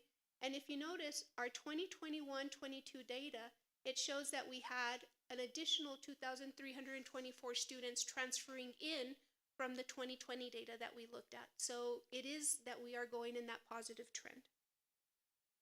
That we're attracting our students. When is it they're coming to our schools? So looking at this enrollment trend, we know that 9th, 10th, and 11th, just looking at this scatter plot, we actually see that we are attractive in those high schools. We do have a lot of students that are coming to us in that high school grade. And of course, we also see that the low-lying fruit is in our early childhood, which is our pre-K3, our pre-K4, our kindergarten, which are not required, but those are areas that we could actually bring our students in earlier. So this information was very important for us. On the enrollment trends, we actually identified when is it that they come, of course, beginning of year in August. But if you notice, January is another time that there is also a time that we have new students. So that actually helps Miss Liza's team to identify when is it that we truly want to get all the great things that our district is doing out to the public, so that we are able to capture those students coming during those times. So beginning of the year and December, January. And here it identifies what grade levels. So enrollment trends, of course, we know are littles. That is that low-lying fruit that we want to focus on. And that 9th grade. Those 9th graders is when we're truly attracting students to our school. And these are students that have never been in EPISD, that are new to EPISD. So we know that those are the two areas that we're truly attracting our students.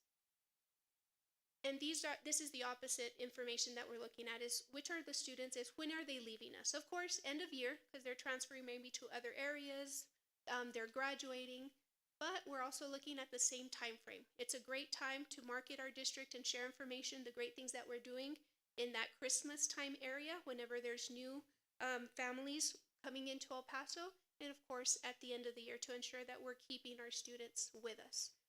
Enrollment trends, this was very interesting. If you notice 5th grade is a grade that is an area where we lose our students. So why is that? So those are the things that we're looking at. We're looking to see if our K-8 campuses is something that is attracting them. So that's something that our ASAP team is looking at. Are our K-8 campuses actually doing better with keeping our students in elementary going to middle school? And another trend that we looked at is our military connected. Of course, we have campuses right on base, and we want to make sure that we keep and stay as a destination district for our military connected families. So one thing that we're doing is we're ensuring that we identify what is the grade level, and right here, and what are the campuses that we're truly attracting for our military connected. So if you notice, elementary, most of our military connected families come in those elementary years, of course, pre-K through 5th grade. And looking at the elementary piece of it, it also shows that many of them are the littles, pre-K3, pre-K4, and kinder. So it's important that we're looking at that as we're having those conversations with Fort Bliss. Our projections as far as zones of excellence, one thing that's important is within the zones, what we identified is we want to make sure that our students have opportunities to programs within areas in their communities.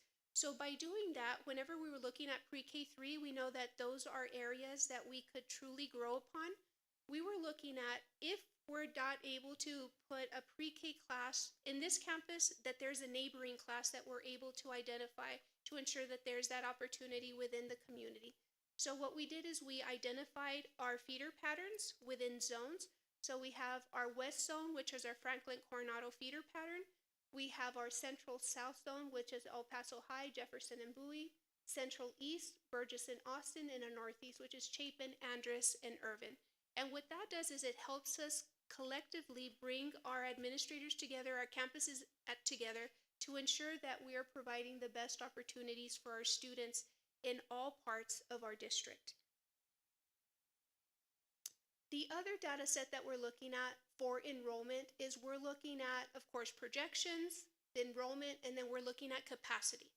As we're looking at the capacity of our schools, whenever we're doing our zones, it's very important that the number of students that we have identified for a campus, that they actually fit into a campus. And if not, what is it that we're going to do? Are we going to add a wing to the campus? Are we going to add portables? This is going to be very important for us as we move forward. That way, as we're doing our zones, our attendance zones, that we're truly maximizing the need and the use of every single facility. So as we go through this, some of the things that we're looking at is optimal capacity versus maximum capacity. Optimal capacity is we're looking at the classrooms that are available for our students, using all those classrooms, but sometimes some of the classrooms are used for specialties. They're used for a reading lab, or they're used for a pull-out session. So every single campus has those areas identified, and that's ideal because our students need that support. However, for maximum capacity, if needed, we would use that classroom that's used for a specialty for students. So that's why you see the different data sets. And the reason that's important is as we're planning forward, especially as we look at our zones, we want to identify and ensure that the number of students within the area are going to fit within the classrooms and within the campuses that they're assigned to. So these are some of the schools that we're naturally looking at to see live and attend. Are the students actually live within the zone, or are they transferring into the zone or into that campus, and why? And moving forward for this coming school year, we are looking at having our Montessori at Moreno Elementary, and we're looking at increasing our pre-K 3 footprint. And for pre-K 3, we currently have 12 campuses that offer pre-K 3. And those 12 campuses, and I know it's little itty bitty, the 12 campuses that offer the pre-K 3 are the ones that have the check mark. And if you notice in the check mark, they are throughout our district, but what we wanted to do when we brought our principals together by zone, we wanted to ensure that within their community, they did have access to that pre-K 3. So we are looking at increasing our pre-K 3 blueprint by over 100%. So for next year, again, we're going to have Montessori, which is 3-year-old, 4-year-old, 5, and 6-year-old students. So that is part of our early childhood, which is our pre-K 3. And then we're going to have an additional 13 campuses, which have the star, or the really waffled star. The waffled star, we have 4, which is 1 per zone of excellence that we're looking at having our full day pre-K 3 program there, and also our extended day program within those areas. We are also looking at to see we might be expanding on additional pre-K 3 full day. Based on the feedback that we receive, and I'm going to do a huge marketing push, April 3rd, we're going to start online registration. So we really have to push for all of our students, current students, to register, re-register. That way we have a great idea of the students that we have. And then also for our littles, this is a perfect opportunity to get all those parents back. We're going to have pre-K roundups. I know Ms. Saavedra on Saturday is going to be a keynote speaker to actually start that push, and she's going to do it in another district, which is amazing because hopefully we'll have some of those students come our way, strategically keynote speaker. But this is our time that we're going to start pushing. You mentioned how are we going to start walking for attendance? We're going to be walking for attendance, but we're also going to be walking to ensure that everybody's registering within our schools, and not just that, we're showing them all the different programs that we have to offer. And moving forward, this is one of many pieces that we're going to be bringing to the board. Next, you will have a demographic study where we currently went out to bid. There's an RFP. For next month, it's already here for you all to approve for April, and that would be for a demographer. We're going to use that external demographer to work alongside our amazing team to actually create some of our attendance zone recommendations that we'll be bringing forward to you in August. Before that, ACOM, they have finalized their facility study. So that's something that you will see next here to you. We're looking at next month having ACOM come so that whenever we were doing the capacities, you could actually see, and our team actually inputs that into Tableau. And then, of course, facilities master plan. I know that's something that you all have been requesting. As all of these pieces fall into place, that facilities master plan is being created piece by piece to where we have that very systemic view of what we're looking at year 1, year 2, year 3, year 4, and in the future. So that's important. And equity study. We're currently looking at the RFP for the equity study, so we're looking internally for all feedback, and that's something that my team member is actually moving forward with. And then we're going to go out to the community, ensure that we get feedback from the community to ensure that we have the correct specs so that we could put the RFP out, and that RFP will come to you possibly, what were we thinking, Mr. Lozano, about August? And the reason that we want to do it is we want to make sure that we have everybody's input as we put out these specs, and that we have a good idea of, and get the information out to companies so that they could come out and lead us in this equity study. Any questions? Do you have any questions, Mr. Bowley? So first, let me say I'm extremely excited. PK3 has been the thing I think I've talked most about with Ms. Saavedra. The importance of early education. I think there's 3 on this board with kids who are really young, under 5. We understand the importance of it. I'll use my example perfectly. My daughter was at Flying Colors. We were trying to get her into the PK3 program at one of the elementary schools in my district. They were at capacity. So she ended up staying at Flying Colors for PK3. There was actually a discussion between my wife and I, this is pre getting elected as a trustee, whether or not we keep her in PK3 at Flying Colors into PK4 because of that familiarity she has not only with the cohort that she's entering with, but also the teachers, the staff, and things of that nature as far as stability in her life. So I do think this will be a massive plus for our district as we look more holistically and launch this. So I'm extremely excited. I did have a question on the slide that had the stars, the asterisks, Yes. and such. I look at the map, and there it is. It doesn't have to be now. I just like to have a little bit more of an in-depth conversation about how these locations were chosen and why.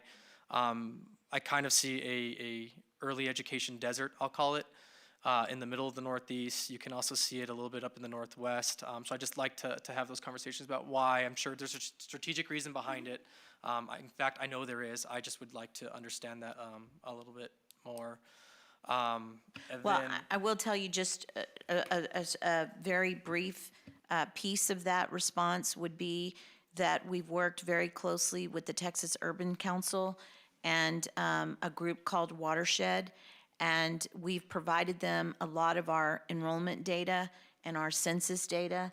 And with that, we've been able to determine where is the greatest potential, where we have students that are of school age that we're trying to target that are currently not in our system. And so where we see the greatest density, we use that to determine where we might begin to expand additional pre-K 3-4 options, because that's where the most potential attendance lies. So that was one piece, but that's not the comprehensive answer. We'll provide you some more specific information, but those are data points that we were looking at where we were making some of these determinations. and that's the data I'd really like to see, just because, I mean, I assume we use census data, some of it. We're about to go in the demographer process, right? Getting a demographer to do that. That probably is the key piece of information that I'm assuming might change this based on what feedback we get. So I'm assuming this is flexible and fluid plan, and we're gonna see what the demographer report comes back with?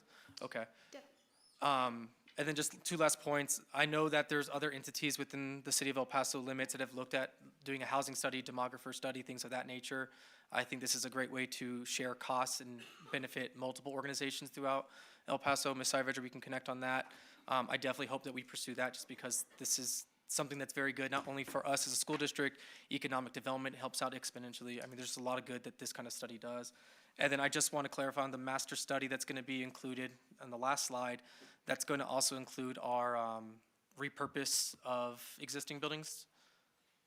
Are you talking about ACOM, or are you talking about the demographer study? Facilities master plan, which was Oh, on the final s- facilities I s- master plan, I would say that that is further down the road. Our facilities master plan, once it's complete, would include, firstly, kind of a 10-year outlook in terms of, what our enrollment demographic study. It would include recommendations associated with any possible attendance zones that we might need to reconsider.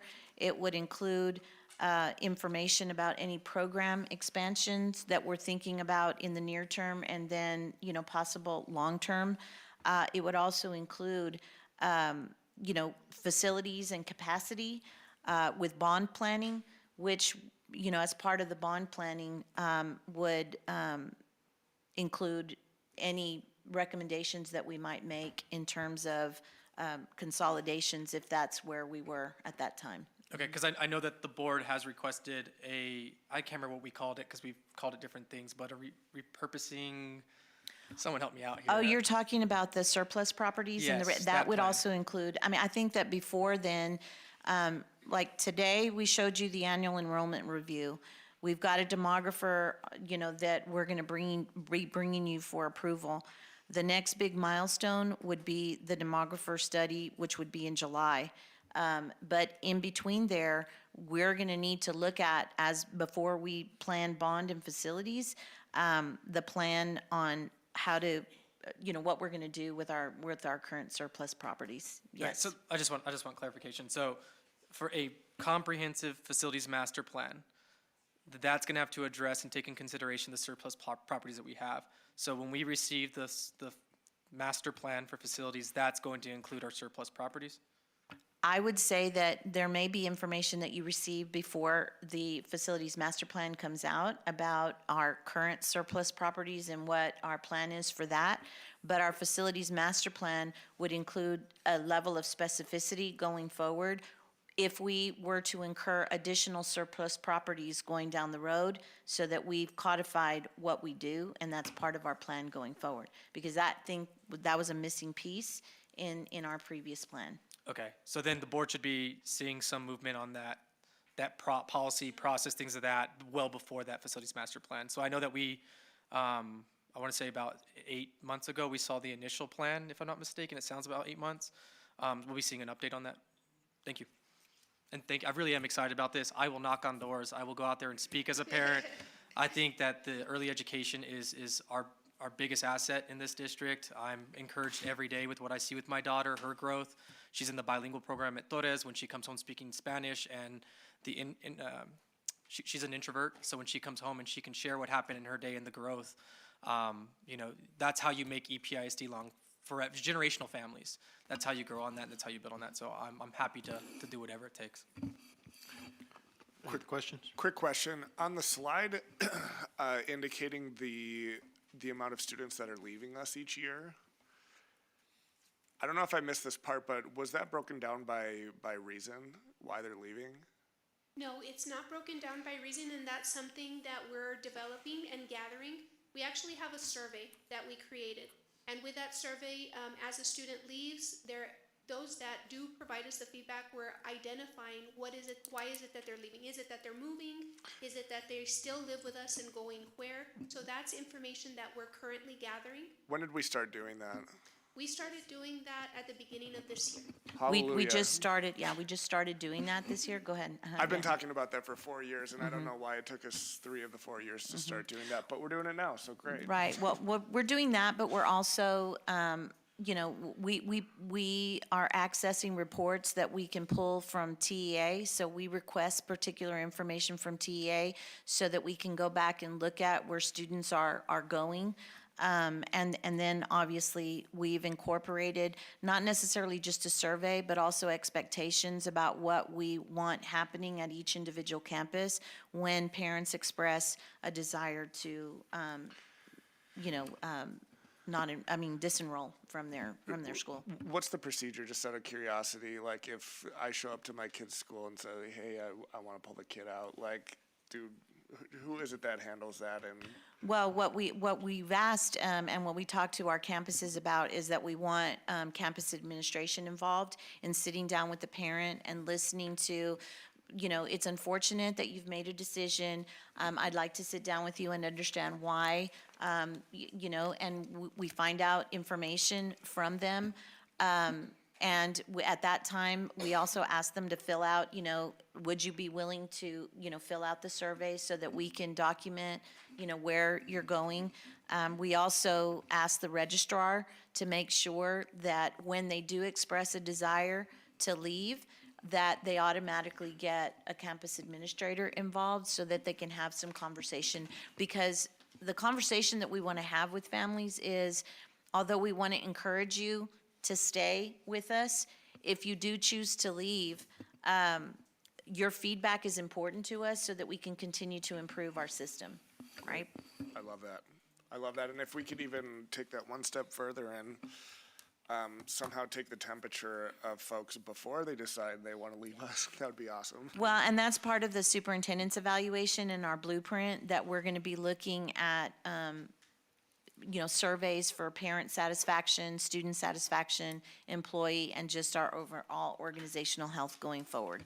I'd love to see where, in the future, if somebody gives us a low score on parent satisfaction survey, that we have the principal reach out to them, or an assistant principal, like, hey, what's going on? What can we do to make you happy here? Because reality is that we're in a competitive situation, and we all know that, so. Any other questions? A couple of quick ones. So first of all, thank you. This was great. I'm really excited that we have access to this information, that we're working on this at the district level, and that we have a demographer coming on board. I think that's something that several of us felt was really, really important. The Montessori program, can you give the final numbers really quickly on what the survey response was for interest? I don't have them final, but we were looking at, was it about 100 plus? At 240. I'm gonna call in my plus one. So right now, the survey information we received back for interest was a little over 200. The majority of those interested were parents of pre-K 3 students. Okay. So when we start looking at the makeup of a Montessori classroom, it's 3 through 6. Okay. So we also have to have that multi-level makeup of the actual classroom that includes 4, 5, and 6. So it seems like the demand is sort of outpacing what we're doing here. Are we planning on expanding to meet that demand? So I think what we went back and looked at, so right now the demand is for 3-year-olds, but we would need more of a demand in the other age groups to be able to add more classes, because we still have to have a level of Mixed grouping. So if we have a high demand of 3-year-olds, which was over 100, but we had a smaller number of interests at this point, just from that survey, then that's letting us know that the makeup of an actual classroom, the lowest number level is actually age 3. Okay. So I think part of what we'll do as we begin to market, moving towards April 3rd, is really talk about the importance of the multi-age and encourage families, not necessarily, Montessori is not just for 3-year-olds, it's a multi-age classroom, and so we'll begin to ramp up some of that marketing so that we can increase those numbers. If we see an increase that mirrors the 3-year-old, then obviously there would be a need for us to open more classrooms. So we'll begin to monitor that, and we can provide you all a breakdown of the age groups and the amount of interest by age level. Okay, thank you. And with that, it goes right back to our program expansion. So maybe many of those parents are looking for pre-K 3. So the classrooms or the campuses that we recommended, they're just recommendations at this point. So as people start to register, if we see that the demand is great for pre-K3, because that is something that is much more attainable in growing quickly for this year based on the demand, we might then be adding additional pre-K3 campuses to offset the demand depending on the area, because the 200 plus surveys that we received were from all across the district. So we could actually look to see which area, and maybe there is a pre-K3 full day that is in their area that they would be interested in. Okay, I do have a couple questions. I guess first thing, one thing that jumped out at me on the charts that you were showing, and that's the rate of decline or the number of kids declining, and we lost, I think it was like 5,000 kids pandemic year. But then they didn't come back because, up until that point, we were losing roughly 1,000 kids a year. Then we lost 5,000. And then I noticed the chart, we continued losing roughly at that same rate. They didn't come back. Where'd those kids go? And that is the question. Many, as far as the information that we currently had, is possibly because of the fact that we're losing, I think it was over 3,000.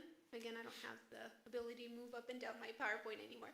But we are losing over 3,000 students elsewhere, meaning that they live within their area and going to other areas. With the survey, is what we want to do is identify where are they going. In some of the preliminary information, they might have gone to Mexico and not come back. Those are other things that we're looking at, because they're not re-enrolling in other areas, because we do have T-RECs within the state of Texas that whenever a child leaves us and enrolls in another Texas school, they actually ask for records for us, and we do have some students that there are no records being asked for. So those are our preliminary assumptions of where they might be going or went to and haven't returned yet. Well, and one thing that we do know, Mr. Velarde, is that specifically when we think about Montessori programming is something that's very attractive and popular in Mexico, in our bordering city. And so offering Montessori program may attract some of our students back. But we do know, because of the unfriendly border situation, that we did have families during the pandemic go back, and many of them have opted not to return, right? Okay. All right, so next question I have is regarding to the declining birth rate. You said 20% citywide, correct? Citywide. Okay. Are you able to break down district-wide so that we know which schools are being impacted more by declining birth than other schools? Because I can tell you, I'm sure that there is a significant difference, between one area and the other. And so that would be important to know, to address at least that piece. By zip code. The area that we received that Ms. Aveda mentioned for the tech data as far as how we identified our pre-K3 was by zip code.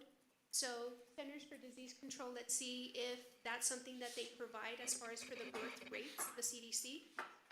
What we did is they just gave us that 10-year projection from the census. What he was asking is, are we able to identify our birth rates by zip code? Or perfect, so that's something that amazing team they gave me the thumbs up. Okay. Well, So I've added that to the pending list for you, Mr. I mean, I recently did a research like that for my place of work, and I couldn't find birth rates, but I was able to find children under 5 by zip code and the increase or decrease in those, so. Yeah, we do have that information. Yeah, because that's, And the demographer may be able to look at data and create trends in terms of birth rates by zip codes. But I'm not going to guarantee that is so. and it's important because that's where you want to place your Montessori's, where the babies are being born. That's where they're going to have the best chance of getting that. Last question that I want to ask, because I just got a little confused. You can't go back to the slide, but on one slide, you were talking about total transfers out, probably the same, and there, I think I saw a number roughly 3,300 transferring out. Couple slides later, you said, good news, we have like 28 transferring in. But I thought that 3,300 was the combined total. What is the net of people either leaving or leaving district or coming back? What's the net between those coming in and those going out? Yes, and the number in between, and of course, technology is winning again. But let me tell you, I'm a paper person. Bam. So my team's gonna laugh because I'm a paper person and they wanted me to become a technology. I'm like, no. So by paper, the net for the 2021-22 school year is negative 3,388 students net, meaning we had 5,700 students leaving us, meaning they live within our district, transferring somewhere else, and we had 2,324 students that live elsewhere that we now have as in-district or out-of-district transfers. So the net is about roughly negative 3,000 at this time. Okay. Thank you. So that has been about the same for the last, the last 2 years that I've been here, that's been the number that I've heard is about 3,000. Am I correct? That is correct. From the beginning, which is 10 years ago, in the beginning it was a net of 2,000. So we've increased by 50%, by 1,000 students that are, again, net leaving us Right, from right. 10 years ago. Okay. Okay. But I'm seeing that trend is starting to slope a little bit, It is. starting to flatten. Okay. All right, my only comment to that, and I'm sure you're looking into it, is the strategies when it comes to, you got two strategies. You've got one, how to reduce the number of people that are exiting, but how do we bring in more people coming into the district? And so, and to me, I'm thinking that's probably the less complicated, because what we need to do is build district of destination. I'm saying that's not complicated. Whereas to where the people are exiting for a variety of reasons, and we didn't identify those very specific reasons, but, so I just want to throw that comment out. Okay. Well, what I would tell you is a big strategy, like I said, we're launching enrollment April the 3rd, which is earlier than we've had in the past. I would say that the second piece to that is that we've overhauled the registration process. And so we'll share a board update with you in the next couple of weeks on the overhaul of the registration process, because a significant piece of feedback that we got from the community was that even though we had online registration, there were significant barriers for them to complete their registration. So that was, when we were working with Watershed, they gave us 4 reasons why sometimes parents, choose or just get exasperated and choose to go elsewhere.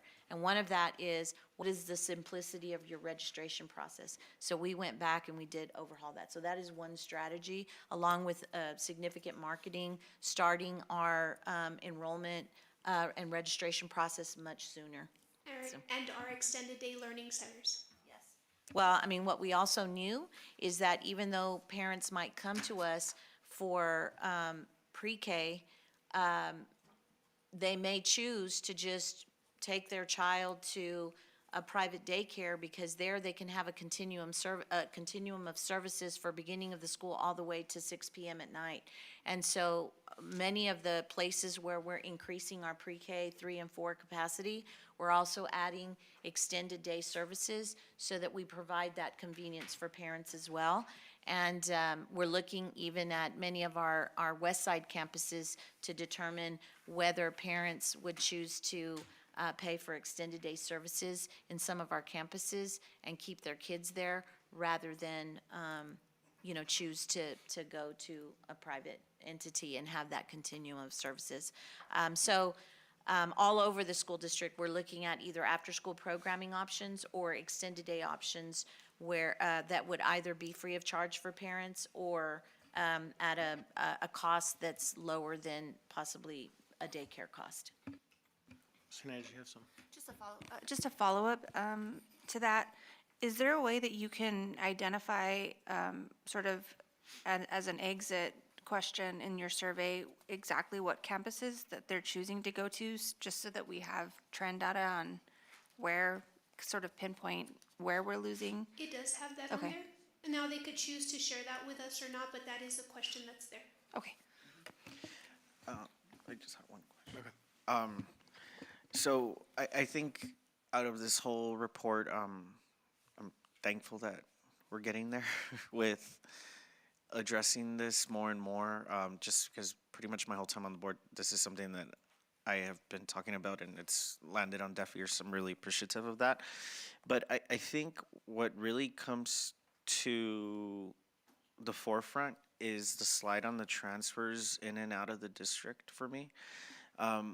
Because I think what I've heard over and over and over and over again, just ad nauseum, I think you, not you, but just different people have just said, oh, low birth rates and people are not having kids, and like those are all just excuses, and you're saying that's not happening, and you even provided some of that data in a graph. But if you look at this, you have 2,300 kids transferring in, and then 5,700 transferring out, and that's has nothing to do with the birth rates at all, right? And so just because people are not having kids doesn't really address the 3,000 student difference right here, because had we done something to fix this issue, we wouldn't even have declining enrollment. We wouldn't be talking about stabilizing. We'd be saying, oh, we're increasing because we are realizing why they're leaving. And right, and TEA has the data, which I've talked about in the past,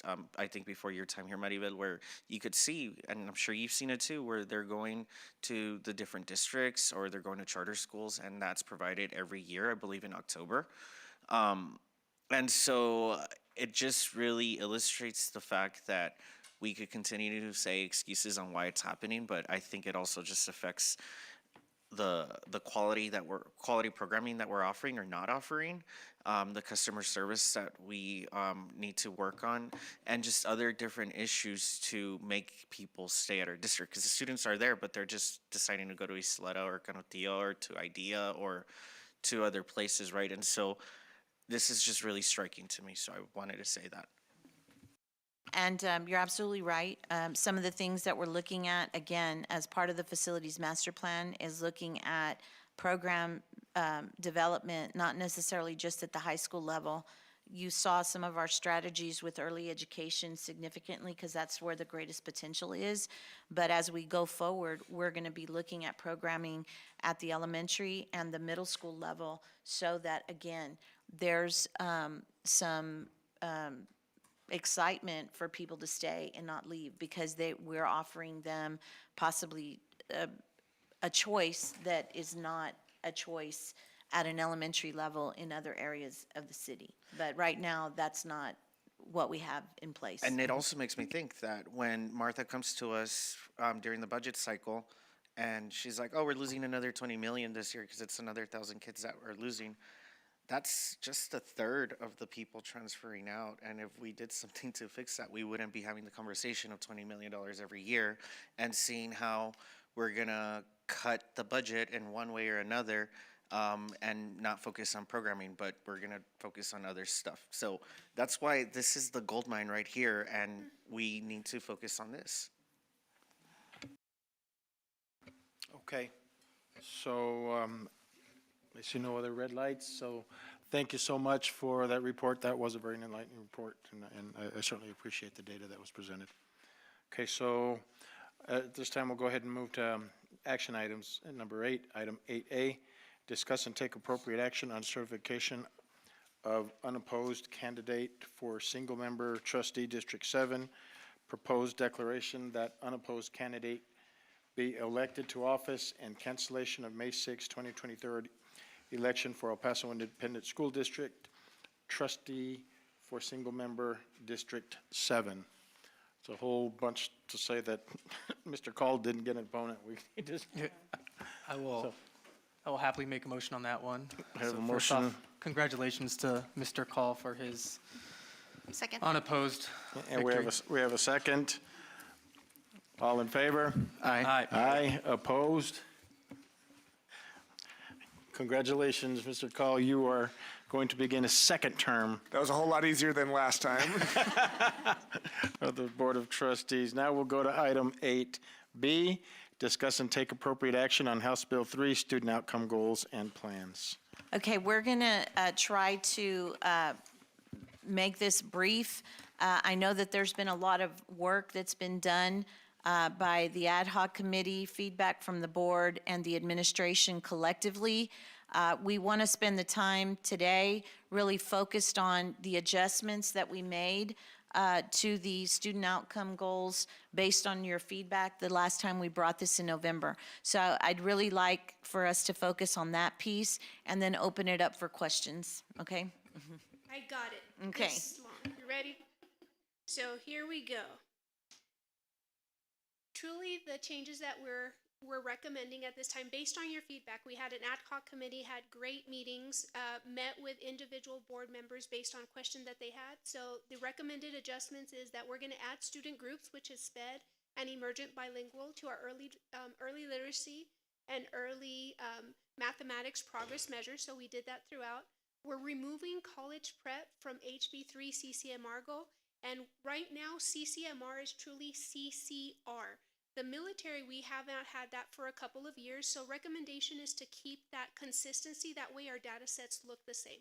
So that is a recommendation we're putting in place. Increase yearly targets in CCMR or emergent bilinguals. That's something that we looked at. And we denoted the start and end dates for our goals and progress measures throughout our updates. So with that, administration recommends for you all to update or approve our HB3 student outcome goals as presented. Percent of third grade student that score meets grade level and above start reading to increase from 52% in March of 2023 to 61% by June of 2025. This goal has 3 progress measures that are focused on pre-kindergarten, kindergarten, first through third grade reading, as far as for the early literacy. And for our second student outcome goal, which is early childhood math for our HB3, our target is for the STAR math will increase from 42% in March of 2023 to 61% by June of 2025. For our early childhood math goal, we have 3 of our project progress measures, again, include pre-kindergarten, kindergarten, first and third grade in that early numeracy. For our CCMR student outcome goal, administration recommends, as I mentioned, for us to focus on indicators that do not include the college readiness course and to not include the enlisted and armed forces until 2026. That way our metrics are as follow: increase from 64% in March of 2023 to 73% by June of 2025. And our CCMR student outcome goal would have 6 progress measures. Our first progress measure focusing on college or career ready. Second one on career ready, which is identified with the programs of study. Measure 3.3, which is the college readiness, which is we're focusing on TSIA 2. On 3.4, we're looking at our SAT scores. On 3.5, we are focusing on our college ready indicator, which identifies our literacy screener for our 8th grade. And for our 3.6, it's identifying the college ready for our 8th grade, and we're looking at the numeracy, which is the mathematics screener for the 8th grade. And included in this, we always have to ensure that we keep our board apprised of all data. So it actually has a data calendar. This is all of the information that you'll be receiving throughout the year, what you'll be receiving and when. Any questions? You ready, Dr. Kennedy, to answer any? Gotta keep it light because it's late, right? I'm fixing to go to meetings. Just a very quick thank you. We were fast and furious on this. We're surprisingly efficient ad hoc committee. So it was great. It was a pleasure working with you all to get this done, and I'm excited to see the results. So thank you for your hard work. I just wanted to say thank you for taking the feedback and making the goals smart and adding the little details that we talked about last month, and they look good. So thank you. Yeah, just ditto to staff and to the trustees. I know each and every one of us has a life outside of this, and this was definitely another piece that we had to kind of jump into. So thank you to the trustees for volunteering for this, because it was a volunteer, and for y'all that did the work, much appreciated. And then Ms. Iva, just really excited. I know we say from the boardroom to the classroom 1,000 times. It's nice to see that implemented to where we can see what our HB3 goals are, how it's going to affect the superintendent evaluation, what we're going to be measuring. Nothing last minute, it's all set in stone, and how that's going to affect us in the classroom. So thank you. All right, thank you very much. Great presentation, and we're cooking. All right, so we will now go to, oh, that's right, it is an action item, huh? Okay, so do we have a motion? I move that the board approve the updated HB3 student outcome goals and monitoring plan in early childhood literacy, early childhood mathematics, and college career readiness as presented. Second. We have a motion and a second. All in favor? Aye. Aye, opposed? Now congratulations are in order. Okay, now we can go to consent agenda item 9. Are there any items on the consent agenda that any board member wishes to remove this time? I know, and it's late. B6 so- for me. I'm sorry? B as in boy, 6 for me. B? 6. Okay, So I was wanting to pull B6 too, and the other one I want to pull is E. item E. 8G. 8G. Okay. Is there any other items? 9G. Sorry, 9G. Okay. There are no other items to be removed. Can I have a motion? Move to approve. I have a motion to approve. Do I have a second? Second. I have a second. Ms. Hanani. All in favor of the consent agenda item with the exception of 9B6, 9E, and 9G? Aye. Aye. Okay, opposed? Nobody is opposed to it. It passes.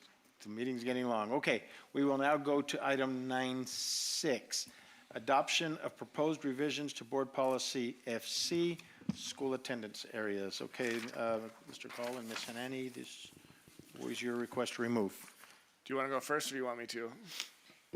Well, mine is a very broad question about this item. It was an interesting change because we went from being very short, sweet, concise policy to a very comprehensive policy. And my question is essentially, why is that not administrative? Why does it have to be a board policy update rather than an administrative policy update? Yeah, my concern was when we went through the voting precinct process, it was really efficient. Like the committee that we had, they worked, really well together, and we were all under the impression that it was going to function similarly when we got to the feeder pattern discussion. And looking through the composition of this proposed committee, I think 21 people is way too many, and I think it would work a lot better if we had a much smaller committee, as in similar to what we had last time, maybe one appointee from each trustee, as well as maybe a couple from the superintendent. But I think it would function a lot more efficiently in that case. And I understand that there's an argument out there about how some trustee districts include more than one high school, but on the and that's something to think about. But on the other hand, the 7 trustees, well 6 right now, but the trustees represent an entire district equally to each high school. That some of us have one high school, some more than one, and I think that we represent them all. So whoever we appoint to this potential committee would represent the entire district. So I want you to answer my question first, but I do have some feedback to that because I do think that those of us that have 2 districts often have vastly different interests in our feeder patterns, and so I think it would be difficult for us to have. And I think that was the understanding, was that when we were going to have, if I'm not mistaken, when we were going to have an additional redistricting committee for attendance boundaries, we were going to utilize the same format, except we were going to add more. So I recall that, and you can correct me if I'm wrong. The problem that I have with this policy as written is that we're pretty much creating the policy without having the feedback of a committee. And it also just feels like it's very lengthy, it's very administrative. I'm just not sure why the board needs to take this up and put it into our policy. Well, one of the things that I would share is that the policy, as it was written before, provides little or no guidance in terms of a process for the board to adopt us going forward as we think about attendance zones and the decision points that we would use and things of that nature. If the board's wish is to have all of that codified in administrative procedure, that's certainly something that we can consider. But as I said, the policy as it was written before provides little to no guidance in terms of the decision principles that we would use, the process that we would encumber to make decisions that I would describe change in attendance zones to be just as emotionally charged as the closure of schools. Yeah, and I agree, which is, the thing about the policy is it wasn't drafted by the board. It's really not a board policy. It's really an administrative policy that's being brought to us for board approval, which is not the same thing. So if the board is going to have a comprehensive policy, then the board should probably be involved in drafting the policy. And that's just kind of where I feel like this is an administrative policy. These are administrative recommendations. And I'm not sure why it's necessary for us to codify them, especially if we haven't had the input of a committee or actually the input of the board. Well, I mean, I think part of the, I'm not going to use that word, but I think part of our challenge is that we still don't have a codified committee structure. And so if the board would like to create a policy committee to work through policy revisions, then that's certainly something that we can discuss. The other option that we can consider is that this is a first pass, because this is the first time the board has seen a draft. So this could certainly be a first pass with significant feedback from the board for the administration to go back. I mean, I've not been part of a structure where the board actually sits and writes policy. Typically, policy recommendations are made by the administration. The board provides feedback to finalize the verbiage, and then the board determines and makes the final vote. Yeah, and I will back that up, that it's not the board responsibility to write these, it's our responsibility to approve what's presented to us as an administration. And so my comment to this, I mean, I think more is better. It's clear. It also makes sure that we are involving the community within by creating this committee. What I've heard from people who are arguing for, I've got to be honest. I mean, I want to make sure that when we're moving attendance zones and creating new boundaries for different districts, that we're doing it for the right reasons. And sometimes we get vocal calls, and what I've heard a lot, really, one district saying, hey, we're shrinking, we're losing all our football players. Well, to me, that's not a reason, okay? That's not a reason. And that's where I think a committee will come in and can debate that and say, okay, let's find what the real reason to make changes to an attendance zone may be. And yes, the question whether one representative district has, to me, that's the other committee. I think that's been answered, right, where we have two schools or one. I think we balance out in the number of students. Those one school district ones have big schools, whereas those with two school patterns have smaller schools. I think this, you know, I will say I'm perusing through this quickly, but what I'm perusing through seems to make sense. I wouldn't have a problem if for one reason we needed to postpone so you can have more time to really study it. But Otherwise, I would move, I would say this is a worthy policy. I would, in response to Mr. Call, in terms of your feedback and the size of the committee, that is certainly some feedback that we can take back to reconsider.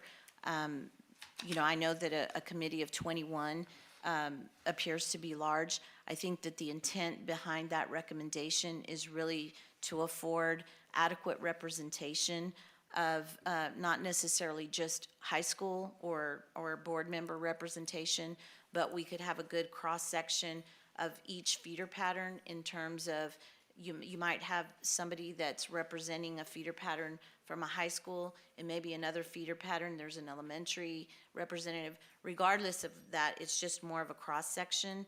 And then just an effort, as Mr. Velarde indicated, to create a process that's transparent and involves the voice of the community as well. The process for redistricting, the difference between the process of redistricting that we underwent as an organization when we changed the boundaries for the election of board members, those are boundaries that really impact elected officials, whereas attendance zones impact children and and families and the schools that they go to. So it's a much more complicated, comprehensive process than redistricting for elections. And I understand that feedback. My sentiment is that I don't think we need more time to look this over. Like, I wish that we would have started on this back in September with this committee to get some movement on this. I think if the other trustees feel differently, I respect that. But I've looked at this policy, plenty, and I just don't agree with it. If you've ever been part of a committee that's that large, like it's so easy for people, that might not be the most dominant speakers to sort of just get lost in the shuffle, and certain individuals tend to dominate, but a much smaller committee tends to actually involve each of their members a lot better, in my opinion. And I agree, like this is something that we have to get right, and this is it's never gonna be perfect, right? But we need to do a good job with this because there is a lot of emotion, for folks in this discussion. Of course, there is always the argument that we're open enrollment, so kids can go wherever they want to, but still, it's an important discussion, and You're right. There is open enrollment for those who can access that opportunity because they have means of transportation to get their kids there. Because right now, our open enrollment doesn't account for ensuring that kids have transportation. So there are families that rely on their current zone school, and I think we have a higher percentage of children who attend their current zone school than transfer to others. But I want to share, based on your feedback, Mr. Call, the administration is not married to that number. I mean, that is absolutely something that, if the board desires for us to adjust the makeup of the committee, we can certainly go back and review that and provide a recommendation that's more amenable to the board. But we'd request some guidance in terms of what is a good, in the board's mind, what would a good representation be? Yeah, so I just want some clarification on this. We haven't adopted new board operating procedures, correct? So that means our existing board operating procedures are still in effect until at some point we either suspend or vote on new ones, correct? So at that point, we still have a policy committee that's still in place, correct? We don't have a policy based on our old board operating procedures and the appointments that were made by President Velarde 2 years ago, because it's Ms. It was my Hernandez and I. I'm sorry, but it was my understanding that the board suspended all of the committees at this point until they were going to get new operating procedures. And we took a formal vote on that? Or was that just kind of a, because I honestly don't remember that. We didn't take a formal vote And I remember that I that this is can a remember. conversation. So let me ask this. We've done it before. We did it with the ad hoc committee for HB3. I clearly hear from two trustees, they're not ready to take action on this. I don't know if there's more. We're obviously not going to be passing something. I would expect we're not passing something tonight, especially because there's different opinions on this. If, I guess our policy committee is not in effect anymore because we dissolved or suspended, whatever that terminology Well, is. I just understood it was the board's will that they wanted to suspend all committees until they made a decision on the operating manual. Now, did the board actually take action on it? Probably not. Okay. But that was my understanding, and I would defer to the superintendent if I have that wrong. But if you wanted to, the board operating procedures manual, until it is superseded, it's in effect. Okay. The policy committee is not necessarily listed in there, but there were standing committees that were in effect at one point, and that includes the policy committee. So wait, point of clarification, Sezzy, if we assume that without adopting new board operating procedures, the current operating procedures, remain in effect, can you clarify, is there currently a policy committee listed in our current board operating procedures? No, I do not believe that the actual policy committee is listed in the board operation manual, but the mechanism as to how the president appointed people to the policy committee were. So then, the way I would hear that and view that is that then he made appointments, therefore the committee's in effect until otherwise discerned. I think that's the consent. I'll say up here, it's probably how we do it.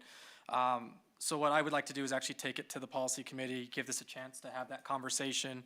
Again, there's two trustees up here that have differing opinions of what's written on the policy versus what we should do.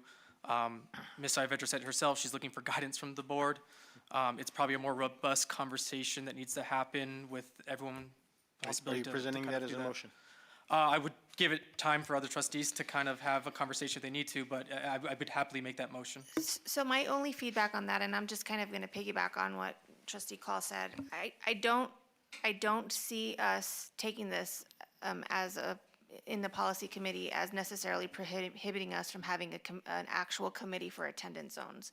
In theory, we could, administration still, because a lot of this is administrative, administration still could, have those conversations with us and get the committee started for the attendance zones. And then, because anything that has to do with policy, even and committees, usually takes quite a bit of time.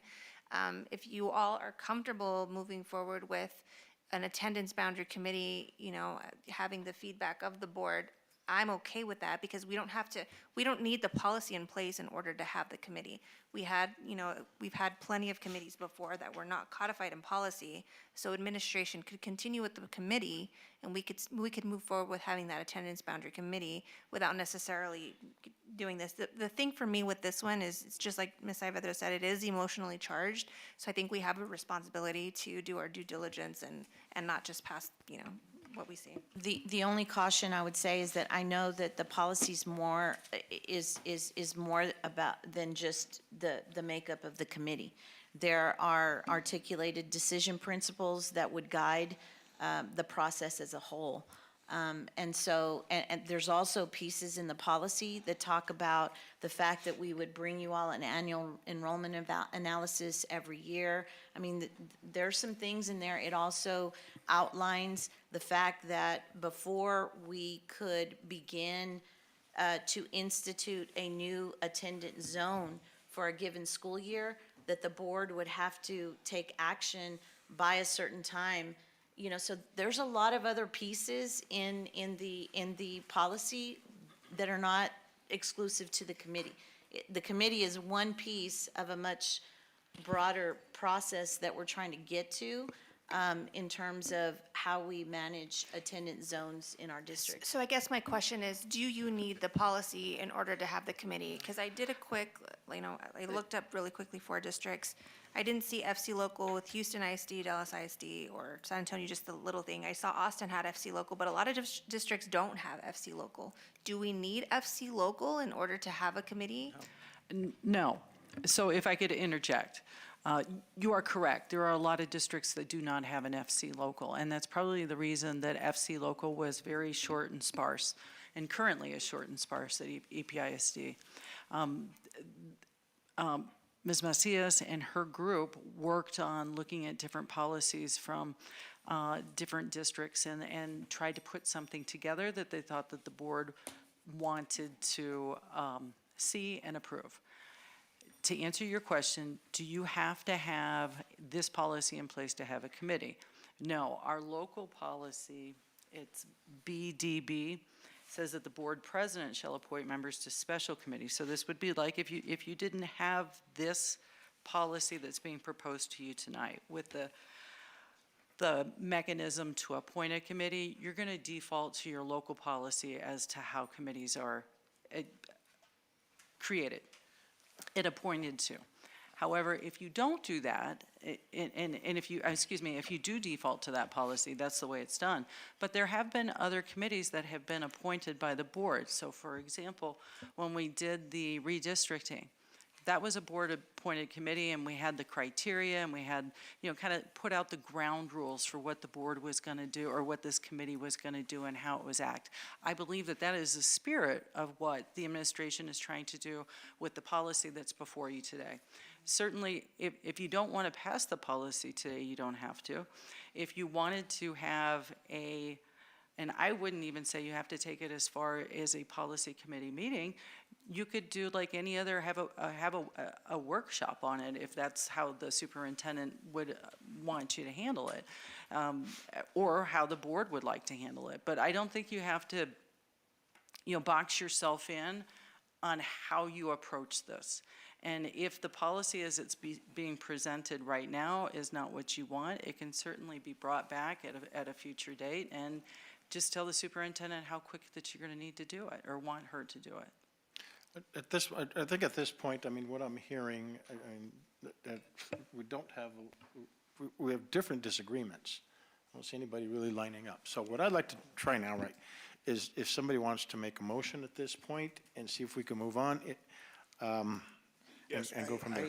I did want to say something. Go ahead, but, Dr. Espejo, before we go to motion. I just remember when Maribel came to us at the end of last year, you did a comprehensive thing, and one of the things that we said was, you said it's going to be hard to start it for the next school year because there's a lot that goes into it, and it was a very comprehensive presentation, and I appreciated that.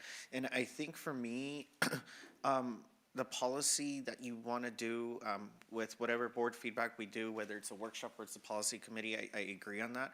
But I think it is separate from the committee. And if I remember correctly, when we did the committee last May for redistricting, we said that was going to turn into the school boundary. Members would carry over? And the members would carry over, and then we could add stuff. So if, I don't remember the exact vote or what was said in there. So I think that authority has maybe already been granted for this committee, and it doesn't need to be part of this policy, but then getting to the policy in a workshop with feedback from the board would be good. So I just wanted to say that.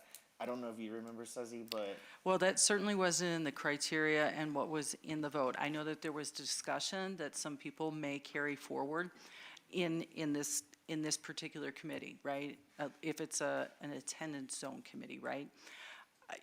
You would have to, I honestly think you would have to ask each of those members whether they really wanted to serve in that capacity. And that would be my fear, is they signed up for a particular job, and then they get appointed, and they stay on and didn't realize that this was going to be a never-ending commitment, because that committee did do a lot of work in a short period of time.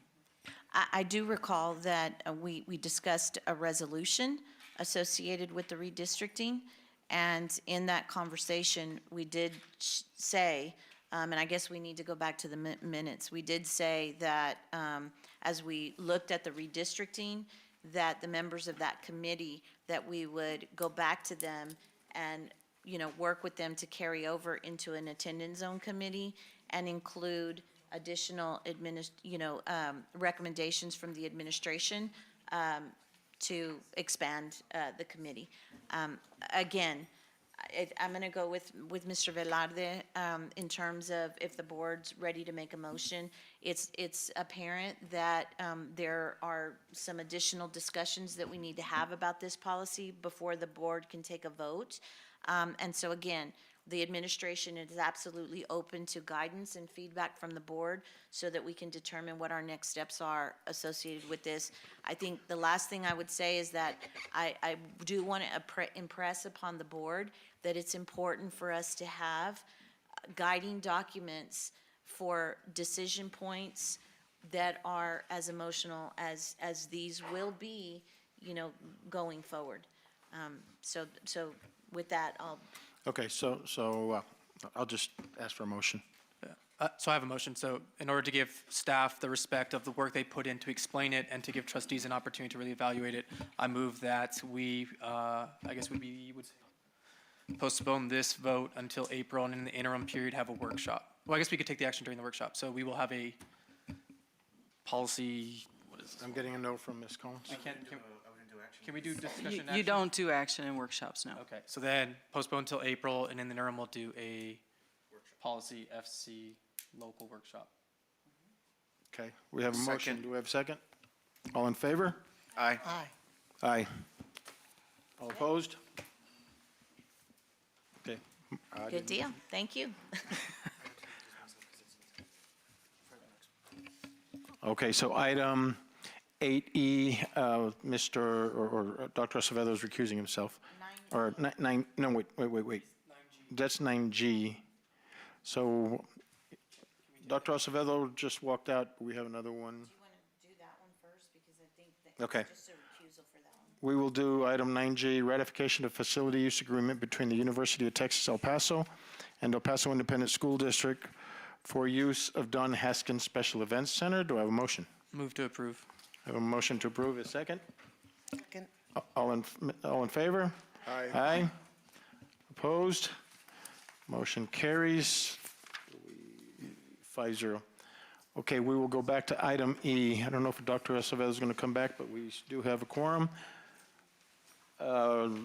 Approval of revisions to 2022-2023 extra performance and instructional stipends listing. Who asked to bring that off? I pulled it. Ms. Fanani? So the first question that I have is, as far as the SAMs, was this recommendation made with feedback from the SAMs? And so are they wanting to continue as an administrator with a stipend rather than be moved to a teacher scale? Was that the feedback that you got from them? So the feedback is to move them into the teacher pay scale Teacher pay scale. and to take the stipend as a supplement. Okay, perfect. So they are being moved to the teacher pay scale. Okay. That is correct. Okay, and will they be doing extra day? What's their calendar? Are they 187 or? 190. 190, okay, thank you.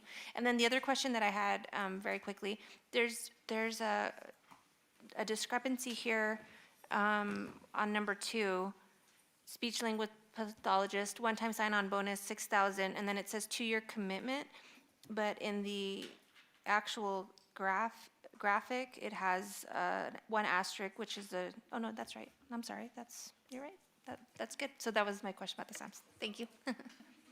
Any other questions? Do we have a motion? We have a motion to approve. Do we have a second? Second. Mr. Rebolo, second. All in favor? Aye. Aye. Opposed? Motion carries 6-0. That brings us to item 10, next month's agenda. Very quickly, I just want to say that we're going to be coming to the board in April with an ESSER update. We'll also be looking at approval of second semester employee stipends. We'll do some internal audit reports. And then in May, we'll be doing a financial forecast And so obviously, we'll also be bringing the demographer to you in April and FC Local, hopefully, for final approval. So that's about it. Okay, there being no other items, it is now 9:04 PM. I thank all the staff for being here and putting up with us. This meeting is now adjourned.